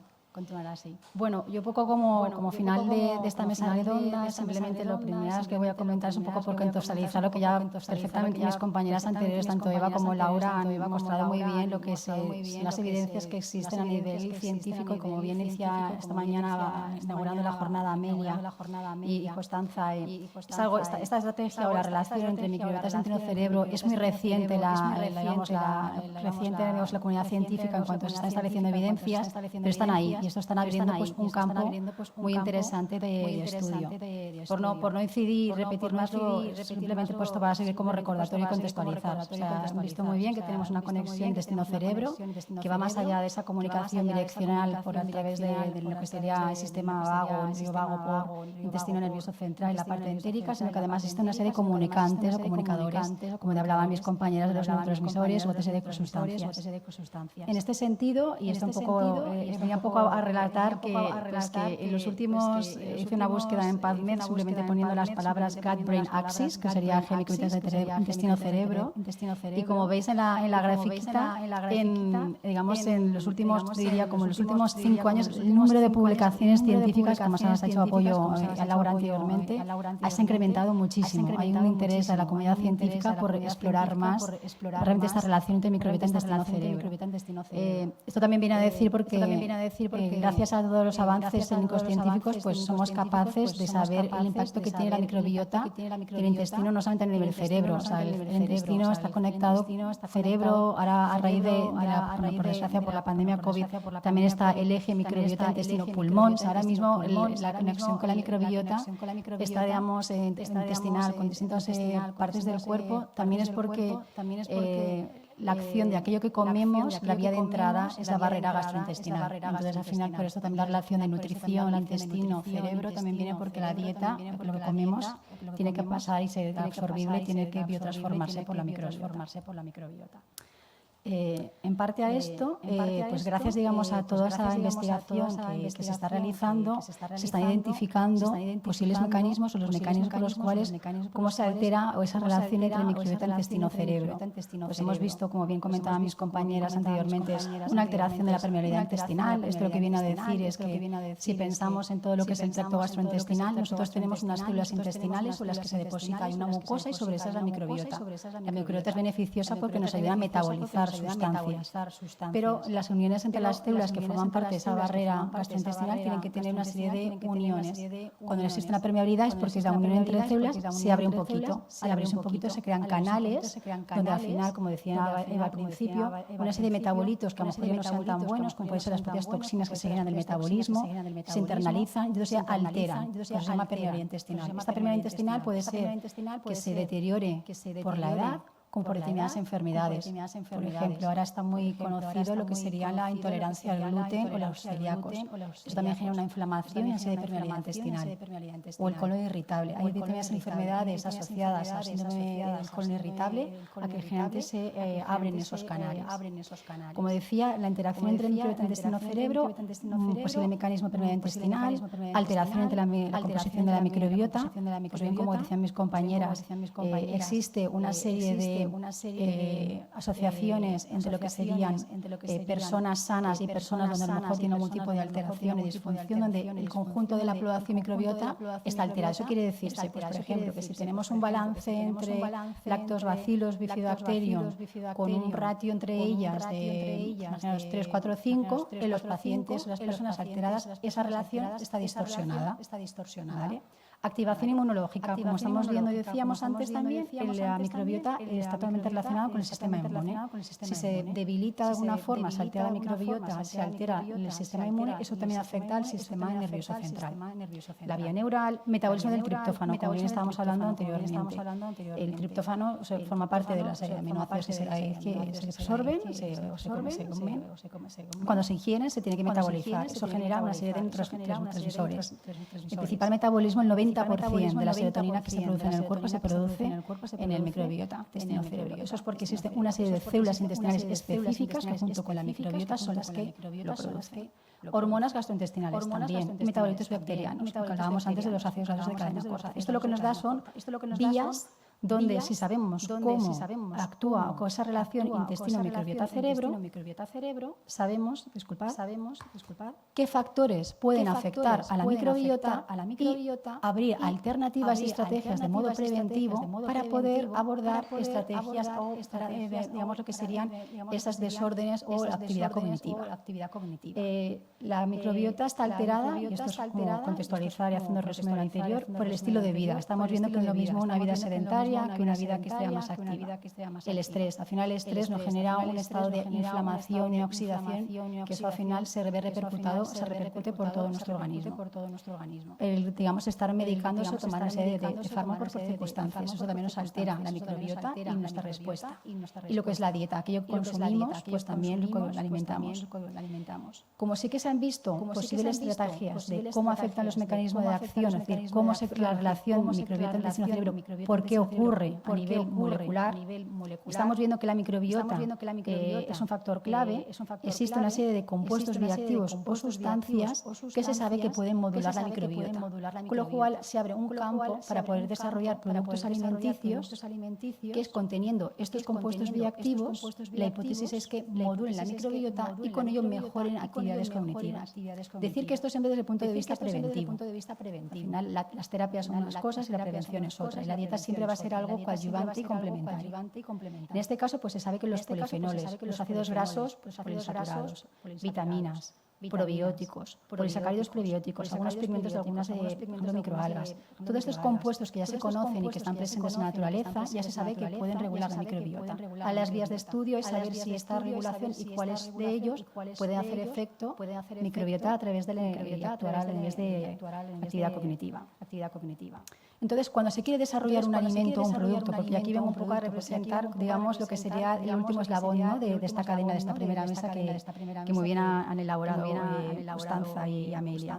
Tenemos a nivel científico cómo funciona, posibles enfermedades, y luego si queremos hacer un efecto, un alimento, un producto que mejorase, ¿cómo lo podemos hacer? Bueno, lo importante de tener en cuenta, recordar, es que todo aquello que desde que tenemos un compuesto bioactivo a que esto sea un producto, sea un suplemento nutricional, un alimento funcional, es un producto de consumo, quiere decir que lo van a digerir las personas. Y lo más importante es que tiene que estar demostrado científicamente. Tiene que haber siempre una causa-efecto donde nos diga que yo consumo una cosa y tengo este efecto. Como bien muy bien decía, me ha gustado Laura, hay estudios que son observacionales, es decir, que tú observas tendencias, pero no están haciendo intervención, no se está dando algo de comer. Entonces, en este caso, cuando tú das algo para que se consuma, ver qué relación tiene. Además, tenemos la Agencia Europea de Seguridad Alimentaria, EFSA, donde además también eso está regulado por la EFSA. Al final, las empresas no pueden poner en la etiqueta de cualquier producto cualquier cosa, tiene que estar demostrado y estudiado. Esto implica que cuando tú tienes una serie de evidencias científicas, es importante, digamos, esto está establecido por la EFSA, donde nos dice, tenemos que decir muy bien qué se va a ingerir, es decir, oye, pues yo quiero un probiótico, sí, pero ¿cuál de ellos? Hay muchos. ¿Es Lactobacillus plantarum? Pues hay que saber si es Lactobacillus plantarum. Tenemos que saber caracterizar muy bien qué es. Y decir a quién va dirigido. Va dirigido a un grupo poblacional de mediana edad, niños, adultos. Eso es importante. Y con ello también definir cómo funciona y qué efectos tiene. Porque al final es saber conocer realmente esta causa. Entonces, en este caso, es importante los ensayos clínicos o lo que se dicen estudios de intervención nutricional en humanos. Es decir, no solamente el observacional, como indicaba Laura, de tendencias que la dieta mediterránea tiene una serie de mejoras para la salud, sino cuando tú intervienes y das en concreto un producto, saber si ese producto te produce un tipo de mejora. Eso es lo que nos permite el estudio intervencional. En ese sentido, por ejemplo, la EFSA lo que tiene es, existe un comité científico que es el que asesora a la EFSA, que es el que finalmente permite y las alegaciones funcionales. El grupo de científicos lo que evalúa frente a un expediente es si existe esa causa-efecto. Posteriormente, si está bien caracterizado, está bien definido el estudio, ellos pueden luego establecer si tiene beneficios y luego ya, esto por ejemplo, ¿qué nos permite? Pues sabemos que el consumo de betaglucano, 3 gramos al día, mejora lo que sería el disminuir las concentraciones de colesterol. Eso está demostrado y entonces ya hay productos en el mercado que podemos ver en el supermercado donde tienen betaglucano y está asociado a la reducción de lo que sería el colesterol. Asociado a la mejora cognitiva está probado lo que sería el consumo de DHA. El consumo de DHA pertenece al grupo de los omega 3. Este grupo de ácidos poliinsaturados sí que está demostrado que el consumo de 250 miligramos al diario sí que te mejora lo que sería esa salud cognitiva, esa función cognitiva. Además, otro tipo de alegaciones que están, no lo he puesto aquí, pero que también se pueden conocer, esto sería para adultos sanos, por ejemplo, lo que sería DHA y EPA, también está aprobado para la alimentación infantil. De hecho, muchas fórmulas infantiles, lo que serían leches artificiales, llevan DHA porque está demostrado que mejora el desarrollo de lo que sería el sistema cognitivo. Entonces, lo que queremos decir aquí es que cuando se va a tener, digamos, desarrollar un producto y hay que hacer una investigación, como sabemos, es importante tener esa relación de estudios con humanos. Entre medias tenemos distintos niveles de experimentación que nos permite al final poder acercarnos desde una hipótesis de trabajo hasta llegar a ese producto o poder darlo a los humanos. Entonces, tenemos estudios con humanos, estudios con animales, estudios in vitro. Como decimos, para poder validarlo y, digamos, a nivel de lo que sea una declaración con propiedades saludables, es esencial que haya una relación y estudios con humanos. Pero también hay que aportar datos y se pueden aportar datos, evidencias de cómo funciona o qué efectos tienes a través de estudios con animales o estudios o modelos in vitro. Esta diapositiva simplemente viene a reflejar un poco que estuvimos en un proyecto europeo donde desarrollamos unas guías para ayudar a las empresas a que tienen que tener en cuenta para desarrollar alimentos funcionales. Entonces, sin entrar en detalles, que veáis como un diagrama de flujo donde vemos que desde lo que sería desde la primera que es concebir el producto, una hipótesis de trabajo, hasta que el alimento se lanza a comercial, una serie de etapas importantes. Pues idear el producto, lo tienes que formular, hacer pruebas de esa formulación, pruebas de que tiene el efecto biológico que tú quieres. Tienes que hacer producciones a pequeña escala para ver si eso se va comportando a pequeña escala de laboratorio, a mayor escala. A veces trabajar en unas condiciones de pequeña escala, a mayor escala las cosas cambian, y más en biología. Que esto, la palatabilidad, que algo que esté bueno, que algo que tú vayas a hacer que además esté bueno, porque si no está bueno, no lo hago. Entonces, el proceso hasta que se utiliza un producto, se desarrolla, luego se hacen estudios in vitro, se hacen pruebas industriales, se tiene en cuenta el tema del envase, estudios con humanos, elaboración de un posible expediente para las alegaciones. Todo esto es un proceso largo, con lo cual lo que es importante es que se tiene que tener datos científicos para ir apoyando desde esa hipótesis inicial de quiero desarrollar un producto para salud cognitiva hasta que al final se lance al mercado. Es importante que se tenga y que todo esto además se vaya apoyando para cuando se vaya a desarrollar ese estudio de intervención nutricional que nos aporte las evidencias últimas de esa causa-efecto en los humanos, pues tú tengas, digamos, argumentada y contrastada la investigación previa. Por ejemplo, en un estudio de intervención nutricional no se pueden hacer así como así. Hay un comité ético en los hospitales donde al final tú tienes que llevar un expediente de lo que vas a presentar, con lo cual al final, si uno quiere tomarse algo para que le mejore, lo primero que quiere es que no sea nocivo, con lo cual al final todo esto lo que quiere es ayudar a mejorar. Entonces, simplemente también, formando parte de aquel estudio de proyecto europeo, simplemente es cuando tú tienes un alimento y generalmente las estrategias de alimentos saludables se basan en adicionar los compuestos bioactivos que van a hacer ese efecto de acción. Hay que tener en cuenta si el compuesto bioactivo ya se conoció o no y luego estudiar cuando se incorpora una matriz. Esto alimentario quiere decirse, el DHA se sabe que es bueno, pero a lo mejor, imaginaros, incorporar el DHA, voy a decir una borrada, en la carne, una hamburguesa pues no tiene sentido. A lo mejor luego la hamburguesa tú la vas a hacer, la vas a cocinar y cuando la cocinas aquello se va a degradar y con lo cual no va a tener sentido. El DHA la encontramos en productos, por ejemplo, lácteos, que se encuentran ya en el mercado. También esos productos han tenido que trabajar la palatabilidad, como decía, los ácidos grasos que vienen, por ejemplo, de los omegas y que vienen de origen de pescado, pues tienen un aroma y tienen un sabor un poquito peculiar, ¿no? Entonces, pues eso se tiene que ir trabajando. Entonces, también comprobar no solamente que el compuesto bioactivo por sí sea muy bueno, sino cuando va a ser un producto alimentario que se va a ingerir, saber cómo se comportará en la matriz alimentaria. Dicho lo cual, aquí voy a comentar un poco, pues nosotros desde AINIA, que somos un centro tecnológico perteneciente a la red de institutos tecnológicos de la Comunidad Valenciana, que llevamos ya 35 años trabajando, sobre todo acercando un poco lo que sería investigación aplicada, ¿no? A las empresas les damos apoyo para que puedan pues, desarrollar productos, desarrollar ingredientes. Nosotros en la INIA lo que hacemos es trabajar con estudios o con técnicas in vitro, formando parte de, como os decía anteriormente, de uno de los eslabones para aportar o soportar evidencias científicas para cuando se quiere desarrollar un alimento funcional.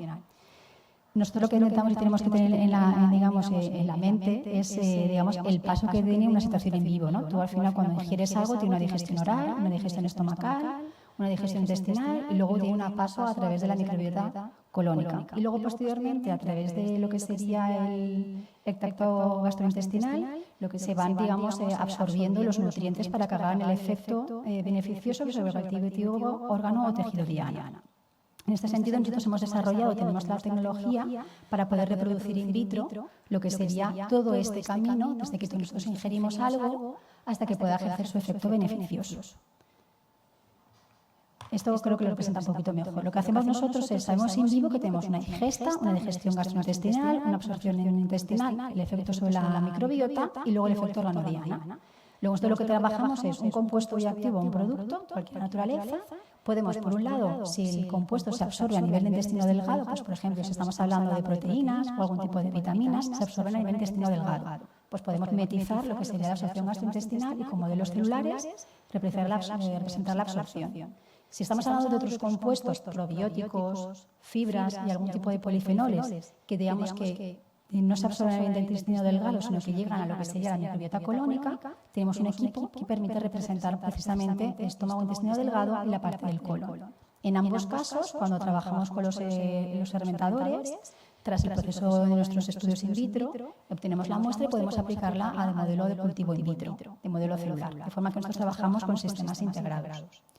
Esto lo utilizamos y lo estamos utilizando en infinidad de proyectos propios, proyectos europeos, proyectos con empresas, con lo cual es un sistema que aunque nosotros lo estemos trabajando en él, lo trabajamos también con las empresas.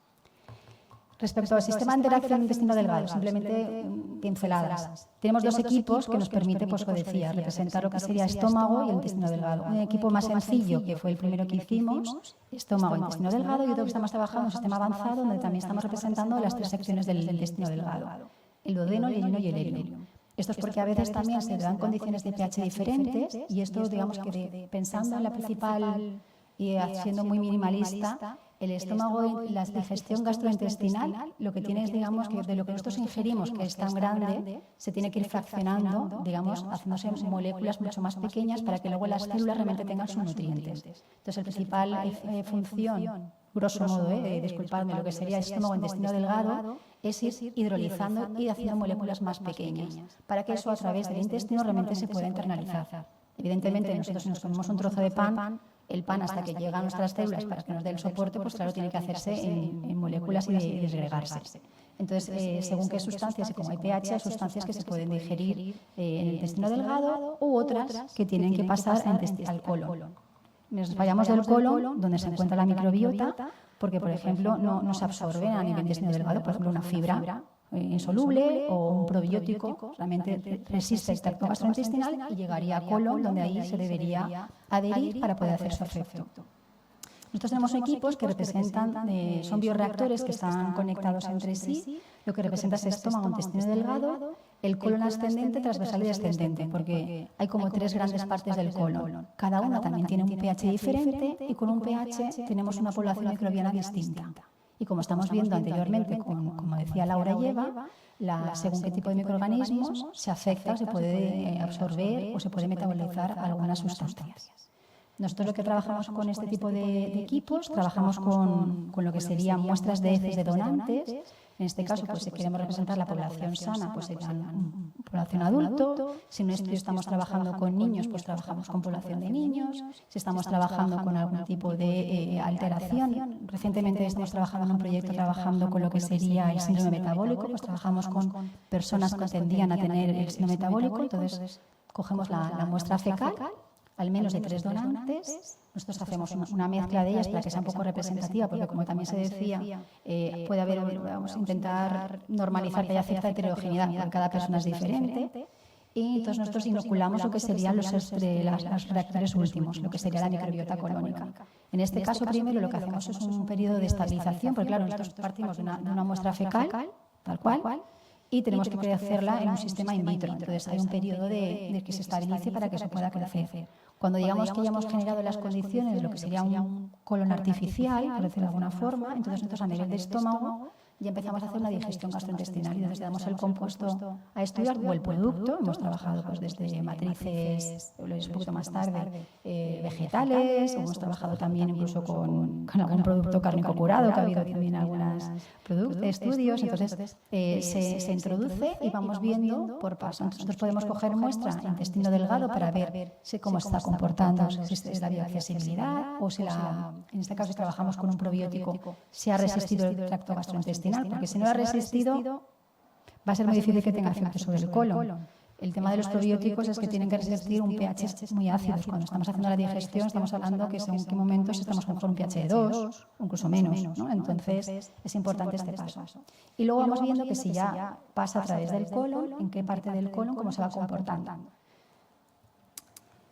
Luego, además, trabajamos con sistemas celulares que nos permiten trabajar lo que sería a nivel de biodisponibilidad, sea a nivel de absorción. Trabajamos con sistemas más sencillos bicamerales, con lo que sería órgano-on-chip, incorporando la microfluídica, porque en el cuerpo humano nosotros como, digamos que nuestro objetivo, como vemos en la unidad de preclínicos in vitro, intentamos avanzar en lo que serían modelos complejos que simulen mejor lo que es la situación in vivo. Al final trabajamos in vitro, es un laboratorio. Pero, por ejemplo, una de las tecnologías emergentes en la parte de técnicas celulares es justamente los chips, porque son sistemas miniaturizados donde incorporas microfluídica. Nosotros en el organismo, nuestros fluidos corporales van moviendo, y nuestros órganos están siendo irrigados, y nuestras células, digamos que no están estancas, están sometidas a ese movimiento. Eso implica que las células tengan una disposición y un comportamiento diferente. Entonces, con este sistema un poquito complejo, intentamos mimetizar justamente que las células, en este caso, nosotros nos hemos centrado en el sistema gastrointestinal, hemos desarrollado un Gut-on-Chip, con una empresa española, una empresa que está en Zaragoza, Ven-on-Chip, y entonces intentamos que se reproduzcan mejor esas microbiosidades. Las microbiosidades que siempre se ven en las fotografías del epitelio intestinal, en el sistema de crecimiento 2D pueden estar, pero se está viendo que en un sistema con microfluídica se pueden representar o estar mejor desarrolladas. Simplemente un pequeño inciso. Cultivos celulares he empezado a hablar y luego he pensado, no sé si sabemos sobre los cultivos celulares. Los cultivos celulares lo que nos permiten es trabajar con células de un órgano tejido diana. Esto que puede sonar como ciencia ficción, en la comunidad científica o las personas que estamos trabajando en investigación, es bastante habitual. Al final lo que nos permite es generarnos un modelo. Cuando trabajamos estudiando, necesitamos algo que nos ayude a representar aquello que queremos estudiar. Pues en los casos cuando trabajamos, los microbiólogos trabajan con microorganismos que representen la enfermedad o que esté la parte que necesitan, o por ejemplo, si estamos trabajando con una parte de efecto biológico en un órgano diana, pues trabajamos con células. Además están disponibles en colecciones que se compran de cultivo. Lo que esto nos permite, que es un sistema como tener a pequeña escala, pues si trabajamos con una célula neuronal, intentar representar lo que funcionaría en el cerebro, siendo muy conscientes de que hay una distancia, pero ya por lo menos sí que nos da herramientas y para poder ir estableciendo bases. Luego, además, como existimos en las técnicas moleculares, pues podemos luego monitorizar parámetros. Al final, es decir, si esta neurona que yo tengo en un medio de cultivo le añado un nutriente o le añado un compuesto y quiero saber cómo se comporta, sí que tengo medios para poder ver esa respuesta. Eso nos permite los parámetros. Entonces, al final, lo que va a decir un poco esto, lo que nos permite es como del órgano diana laboratorio. Nosotros hemos trabajado con distintos efectos para poder representar pues desde la saciedad, el sistema inmunopulmonar, la parte de neuroprotección, presión arterial, adipocitos, metabolismo muscular, óseo. Al final, como decíamos al principio, pues según las hipótesis de trabajo, bien porque nosotros estamos en un proyecto nuestro o en un proyecto con una empresa, pues se desarrolla. Recientemente nosotros tuvimos un proyecto interno para poder hablar de lo que era para poder justamente trabajar el microbiota intestino-pulmón, para ver un poco efectos de posibles mecanismos de acción o sobre todo en alimentos que pudiesen mejorar la predisposición o reducir el estado de inflamación, ¿no? Y trabajamos con este sistema. Entonces, bueno, con esto lo que nos permite, mimetizamos a trabajar, como os decía antes, si estamos trabajando con alimentos, podemos nosotros reproducir con todo el sistema integrado, lo que sería el efecto en el sistema gastrointestinal, lo que sería microbiota colónica, y luego coger esa muestra que ya viene de esos digestores y aplicar a esos cultivos celulares. Y podemos estudiar pues, desde efecto neuroprotector, inmunomodulador, y esto nos permitiría pues, decir, ¿tiene efecto sobre la actividad cognitiva? ¿Tiene efecto para mejorar el sistema inmunopulmonar? ¿Tiene efecto sobre el pulmón? Esas son preguntas que nos podemos ir haciendo y respondiendo a nivel in vitro. Trabajamos con estas tecnologías, como decía, pues, de sistemas de cribaje, sistemas más complejos, como también el órgano chivo. Estamos también trabajando con bioimpresora 3D para poder, ya, digamos, lo que serían sistemas más complejos todavía. La bioimpresora lo que te permite es generar una biotinta, por decirlo, y con biomateriales y células, y entonces ya vas generando el tejido de una forma un poco distinta. Entonces, en este caso estamos trabajando con un modelo pulmonar y luego también tecnología en otro proyecto de carne in vitro. Referente a lo que sería, lo que nos trae hoy, lo que sería microbiota intestino-cerebro, pues, ¿qué hacemos nosotros? Nosotros, teniendo en cuenta nuestro conocimiento y la tecnología, pues hemos desarrollado este esquema de trabajo.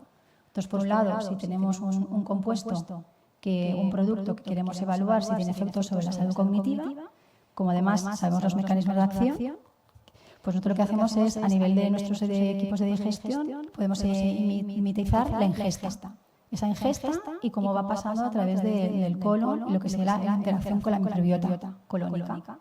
Cuando tenemos, por un lado, con estos estudios, podemos ir estudiando, monitorizando esa microbiota colónica y podemos estudiar los metabolitos que se generan. Esos ácidos grasos de cadena corta que estábamos escuchando anteriormente, que pueden ser beneficiosos.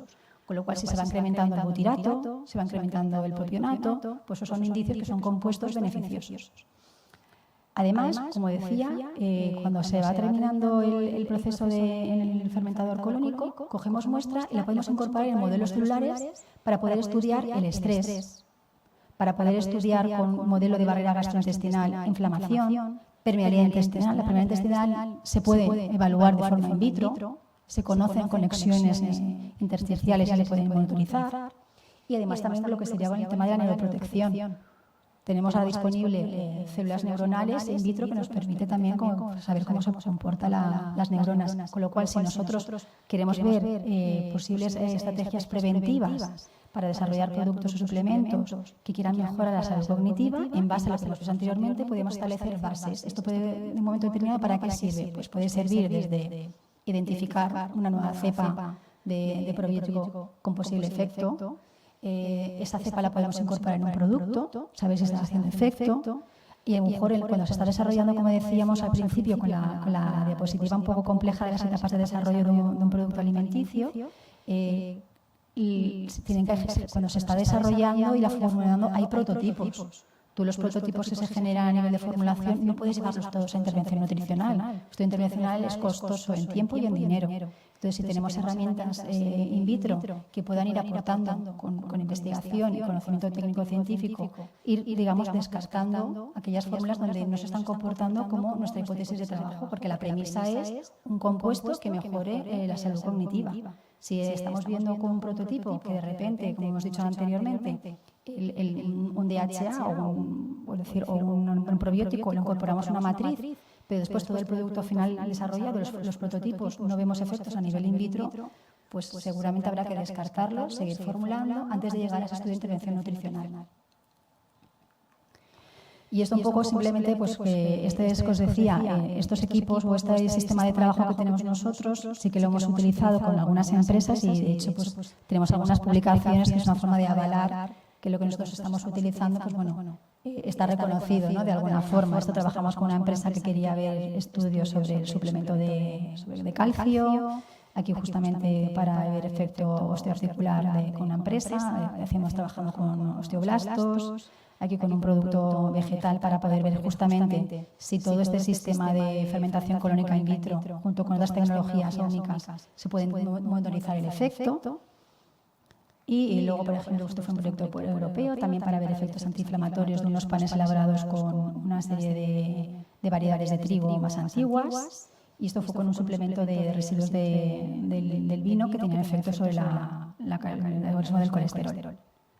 Así que aquí... ¿Cualquier pregunta?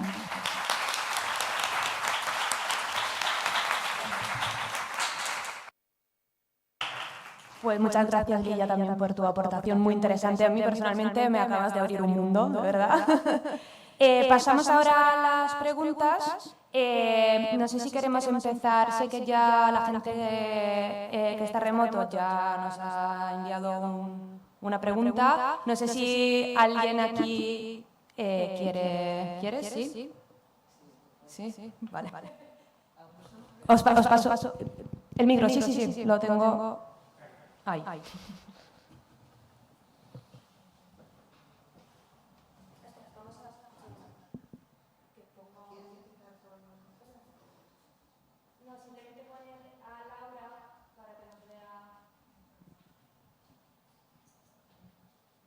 Laura, ¿escuchas? Sí, solo que el micrófono se oye, se puede entender, pero hace muchísimo, no es un sonido muy limpio. Este micro, dices. ¿O este otro? ¿Cuál micro? Los micrófonos, el que acabas de hablar y el que ha usado Lidia. Pues es lo que hay, lo siento, Laura. Bueno. Cosas de estar ayer de los mares. ¿No se me oye? ¿Se me oye? Sí, se te oye. Sí. Vale. Bueno. Pero, ¿se escucha ahí al fondo? ¿Se escucha? Ahora se escucha bien el micrófono, ¿Perdona? No, preguntaba si aquí también se escuchaba bien. Sí, vale. Bueno, pues lo primero, agradecer esta extraordinaria mesa. Yo he quedado atónita y asombrada de todos los avances que se están produciendo y me despierta muchísima inquietud sobre las posibilidades que se abren para nuestro colectivo y para avanzar pues en campos que pienso, y esa es la primera pregunta que os lanzo a todas, que todavía no se han abierto. Y es la cuestión de cómo intervenir a través de la microbiota en el proceso de rehabilitación. O sea, una vez ha sucedido un daño cerebral adquirido, ¿cómo podríamos intervenir sobre la microbiota? Pero antes de lanzaros esa pregunta, quería hacer una pequeña reflexión y es, felicitar que es una mesa compuesta por 3 mujeres en un día tan importante como el de hoy para las mujeres. Y quiero recordar en este momento a las mujeres y niñas con discapacidad que también hoy celebran su día. Pues nada, os traslado esa pregunta. Bueno, Gracias. Bueno, cojo un poco el testigo, aunque no es una pregunta fácil. Yo creo que lo que se está estudiando sí que abre distintas vías de alternativas y estrategias. Al final, yo creo que las enfermedades y los trastornos al final también son multifactoriales. Atribuirles un único peso a la microbiota, pues también sería para nosotros un poquito naif o un poquito, hay que decirlo, ¿no? Al final, yo creo que serían tratamientos coadyuvantes que lo que tendrían que intentar es ayudar a lo mejor a recuperación o incluso a poder evitar una segunda episodio. Por ejemplo, en el caso de ictus, a veces se repiten, tiene un segundo episodio de ictus. Y seguramente si no se mantienen unas condiciones pues, de cuidados de estilos de vida, aparte de una medicación o incluso un régimen de alimenticio adecuado, pues tienes más probabilidades de que tengas y que se repita. Entonces, estrategias, bueno, la microbiota abre un campo porque sí es que es verdad que esta conexión, como estábamos diciendo, es evidente y es patente. Existen todavía muchos estudios en marcha donde se puede ver la correlación justamente directa de pues, aplicar un probiótico o como lo más novedoso que hemos estado comentando antes, Laura, ¿no? La parte de los trasplantes fecales. Hay un trasplante, no he mencionado antes, hay un estudio ahora mismo en marcha donde incluso para la enfermedad de Alzheimer hace un trasplante fecal, está en marcha para ver cómo se comporta, eso genera expectativas. Lo que pasa es que también es la microbiota, pero también no son los únicos microbiota. Cada uno va a tener un populacional con unos polimorfismos, una serie de variantes genéticas, un estilo de vida condicionante. Yo, bueno, un poco quizás por la parte que me toca, yo creo que sí que es una vía interesante a explorar y no descuidarla. Porque como a mí me ha gustado mucho cuando ha hecho la introducción antes Laura, estamos totalmente conectados en el cuerpo. Y además, y también muy bien comentaba también Eva, la microbiota es una población altísima, no sé, son 10 elevado a 14, ¿no? La cantidad de microorganismos que tenemos en el cuerpo, 2 kilos de nuestro peso. Con lo cual, en verano, cuando engordamos, se engordan los microorganismos. Hay que quitarse peso y hierro al asunto, que la operación bikini... Bromas aparte, me refiero que, teniendo en cuenta un poco que realmente somos una estructura compleja, pues es un factor más a considerar. Entonces, yo no le daría todo el único peso, pero sí lo incluiría, para mi punto de vista, lo incluiría. Eso también lo tendría que decir la comunidad también médica. Y esto, al final, nosotros, pues, un granito más de arena. Pero si un granito más de arena abre una posibilidad a una mejora respecto a la calidad de vida y más de una persona que está enferma, yo creo que es suficientemente importante como para estudiarlo. Pero bueno, yo doy también paso a mis compañeras Laura y Eva que respondan. En el caso del daño cerebral en concreto, hoy no quiero que me escuchéis. En el caso del daño cerebral, el problema es que engloba muchísimos tipos. Cuando nosotros trabajamos con modelos animales podemos dirigir las lesiones a una región concreta, entonces es fácil estudiar cambios en las bacterias que afectan con ese daño en esa región concreta. En el caso de humanos, al ser distintas regiones, distintos grados de afectación, es muy difícil asignar unas bacterias concretas que van a producir un beneficio o no. Entonces lo que se intenta es hacer estudios en general de bacterias que podrían ser beneficiosas para los pacientes en general, pero cada caso es un mundo y cada caso se tendría que estudiar de forma individualizada. A ver, eso también... Por mi parte, quería decir que realmente no tengo más que añadir que lo que ha comentado Lidia. Realmente, o sea, absolutamente de acuerdo. Como coadyuvantes, estudios que parecen prometedores, pero pensar que es la única exclusivamente estrategia que podemos tener, también estoy de acuerdo con que es un poco ingenuo o pretencioso. Sí, y más lo que decía Eva, es importante que la tendencia, que más se oye mucho también el tema de la nutrición personalizada, medicina personalizada, es una tendencia que también a largo plazo. Lo que pasa es que cuando se estableció ese descifro del genoma humano, pues se crearon muchas expectativas, ¿no?, de que fuese más rápido. Lo que pasa es que las cosas, como bien decimos, es que somos complejos, ¿no?, por dentro y por fuera, ¿no? Entonces, esto implica que en las enfermedades sí que se ven las tendencias, y eso es importante, de que hay variaciones. De momento está en la enfermedad, es más fácil hablar de lo que serían grupos poblacionales. Pero lo que decía antes de las variaciones genéticas también es que tenerlas en cuenta, porque eso nos hace responder distinto. A mí venía a la cabeza cuando comentaba Laura el hecho de el metabolismo del triptófano, creo que era recordar en no sé si era la esquizofrenia, Laura, o ahora no recuerdo comentar. La epilepsia.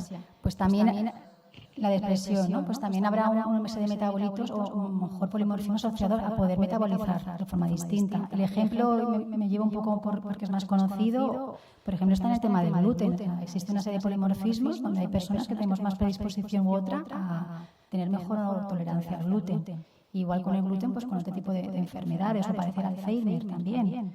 O entonces, esto lo que hará es que con el tiempo, quizás, y si todo lo permiten los medios, digo, me refiero porque al final serán cosas que luego hay que ver un poco, que sean cercanas, porque al final todo lo personalizado va a sonar a caro y eso al final es un poco triste que por eso no se llega a hacerlo, ¿no? Pero es considerar también que a lo mejor, pues, si una persona que tiene un daño cerebral, pues tiene unas necesidades específicas y en ello se ve que en su caso en concreto está afectada la microbiota, pues a lo mejor hay que hacer un trasplante fecal a esa persona. ¿Por qué no? De hecho, nosotros a lo mejor en España pues todavía es un poco más, se considera según quién pues con respeto, a quien lo mira con dudas, a quien no cree. Hay otros países pues que van a otro ritmo y para ellos más habituales.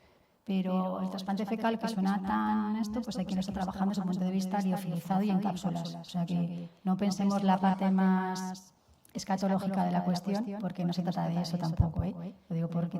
Pero sí, yo creo que habría que estudiar, y si se permite.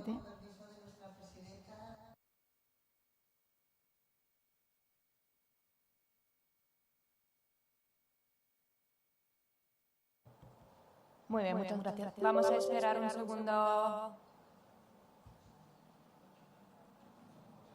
ver si resolvemos el fallo.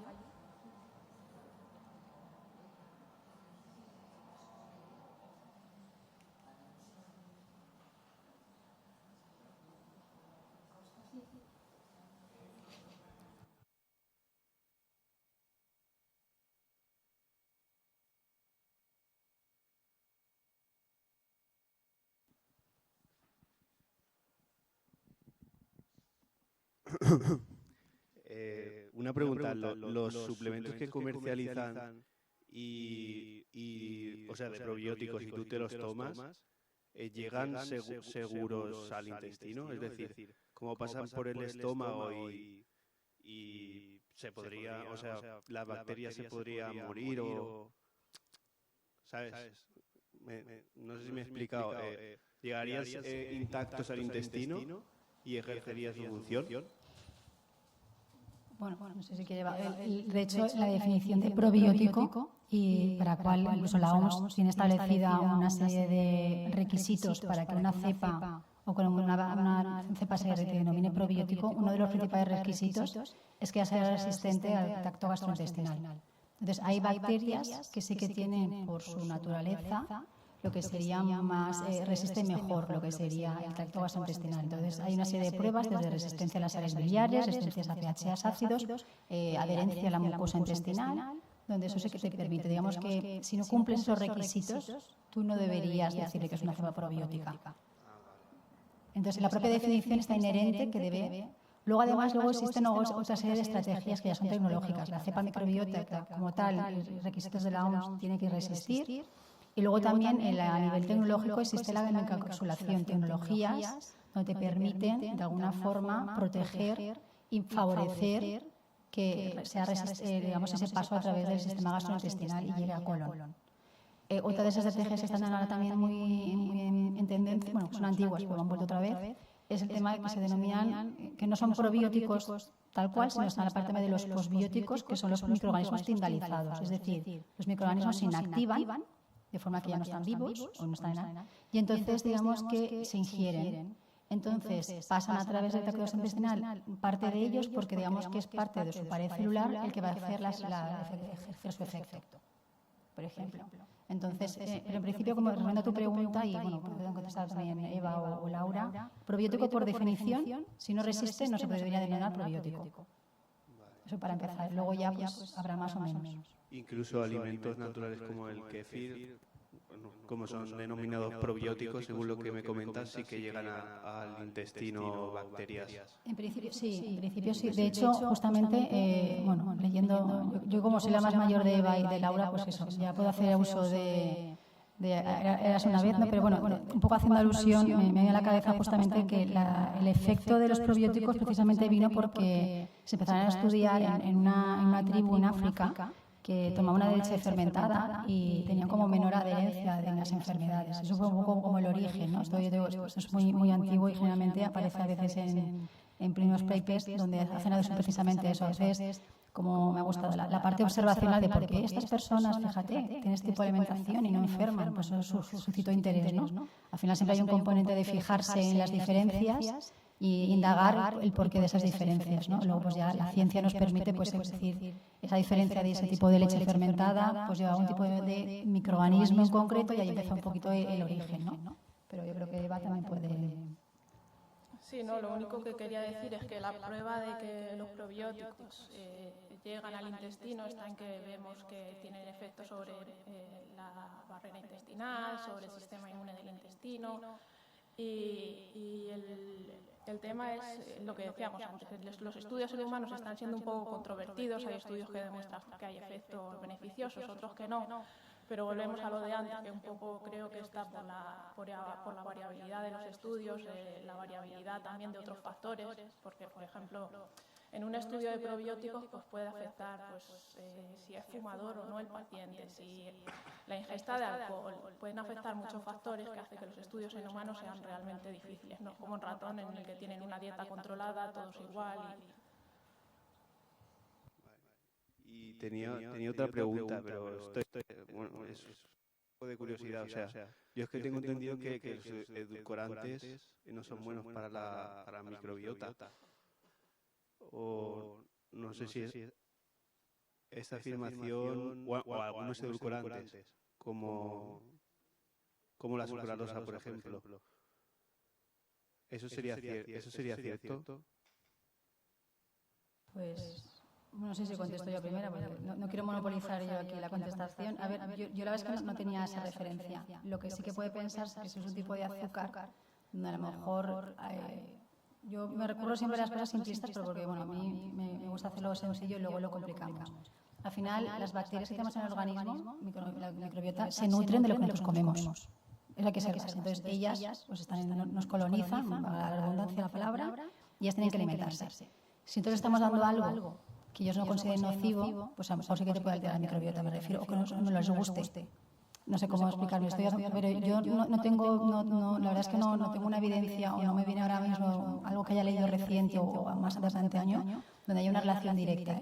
Puede ser que a lo mejor pues de alguna forma se genera el metabolismo de ese edulcorante, genera algo que no le gusta a la bacteria o al alcohol, y eso sí que puede hacer que tengamos un tipo de disbiosis. La disbiosis finalmente es una alteración de lo que se considera población sana. Lo que pasa es que partiendo de la base que lo de decir que estamos sanos es muy complicado. Casi es más fácil cuando decimos que estamos enfermos porque sabemos lo que tenemos mal.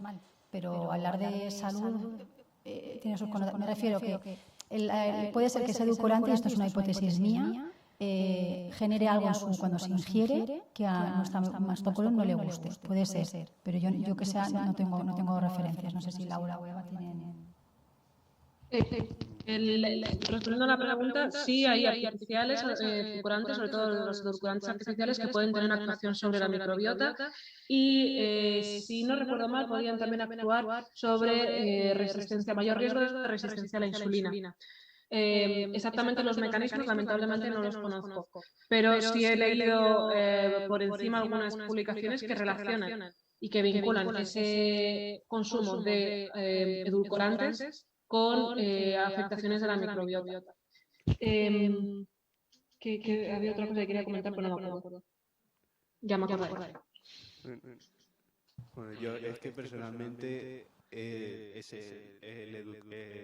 un edulcorante que se llama sucralosa, yo cuando lo ingiero, a mí, por ejemplo, me duele mucho la tripa. O sea, lo tengo comprobado siempre. Entonces lo evito. Y un poco lo comentaba por eso. Y ya está. Puede ser que esté siendo utilizado por la microbiota. Depende en qué altura del intestino te esté doliendo y además tienes otro tipo de sintomatología. Puede ser que te esté fermentando la bacteria directamente ese compuesto. Puede ser, sí. Si tienes otra sintomatología, también cuando tomas otros azúcares, cuando tomas la comida elevada en azúcar y te pasa, si bien la sucralosa no es un azúcar como tal, sino lo que quiero decir, si tomas alimentos que tienen tendencia a ser fermentados y te pasa, a lo mejor habría que No, evaluar. en general con el azúcar no suelo tener problema, es con ese edulcorante.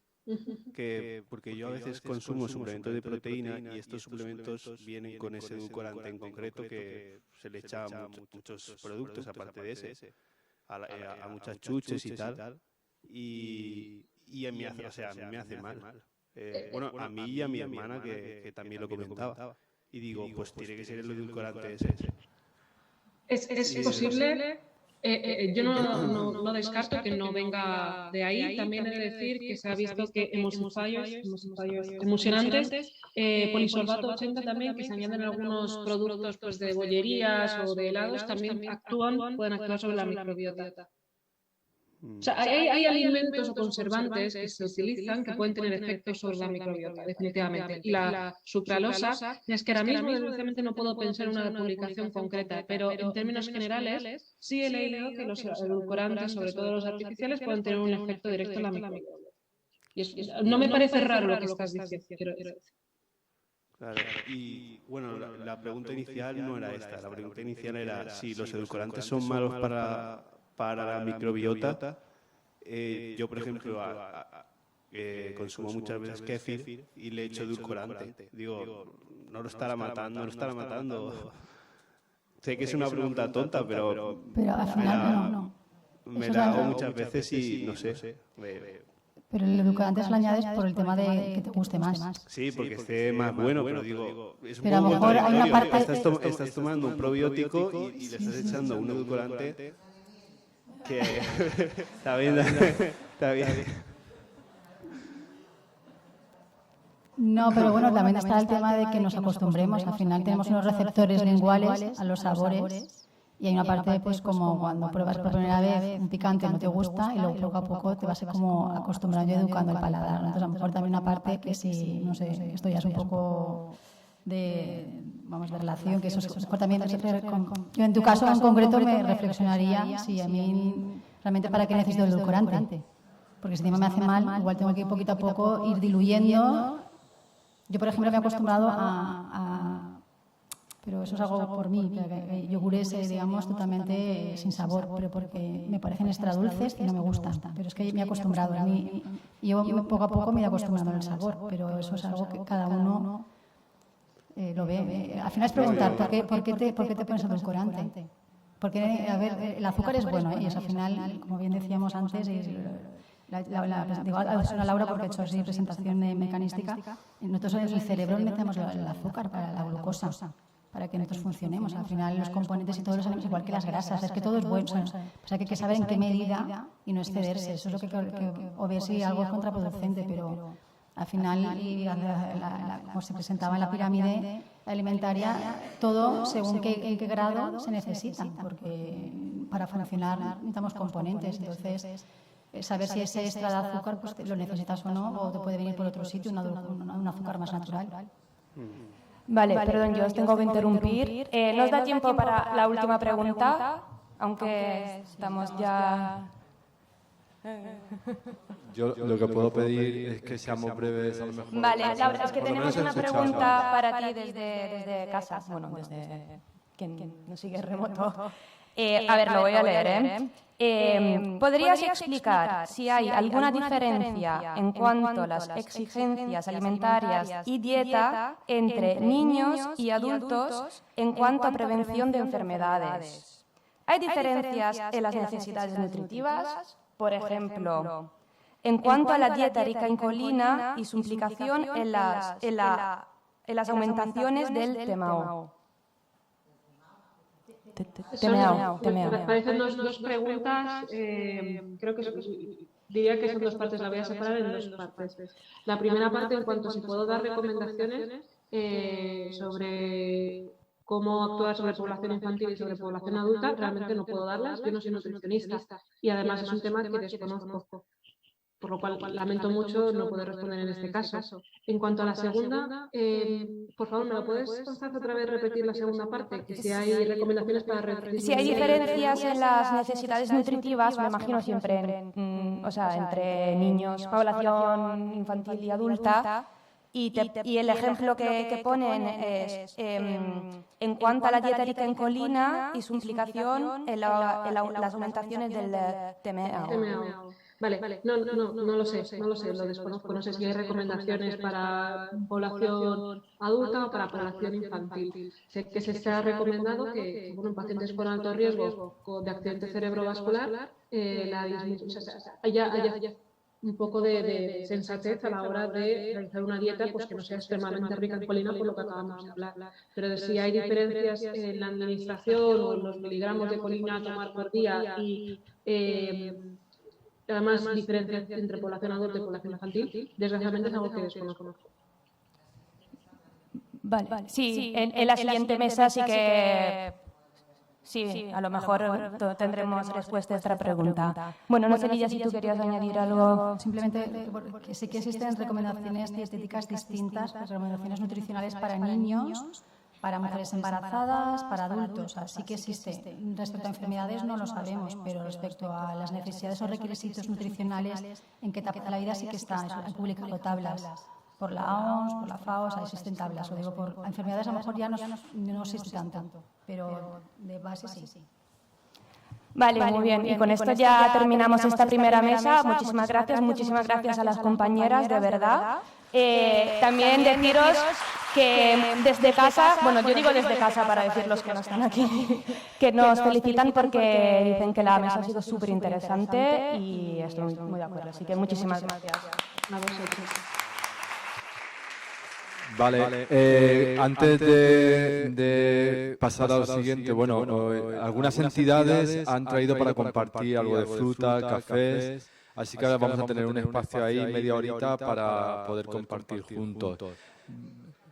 Media horita, porque sí, volvemos aquí a las 12 menos cuarto. Quiero decir una cosa, hay preguntas de algunos asistentes hacia Laura que por tema de tiempo no se pueden hacer. Vamos a intentar o que bien nos pasen las preguntas y hagamos nosotros de conectores o bien que le podáis hacer llegar las consultas a ella y ella las pueda devolver. ¿De acuerdo?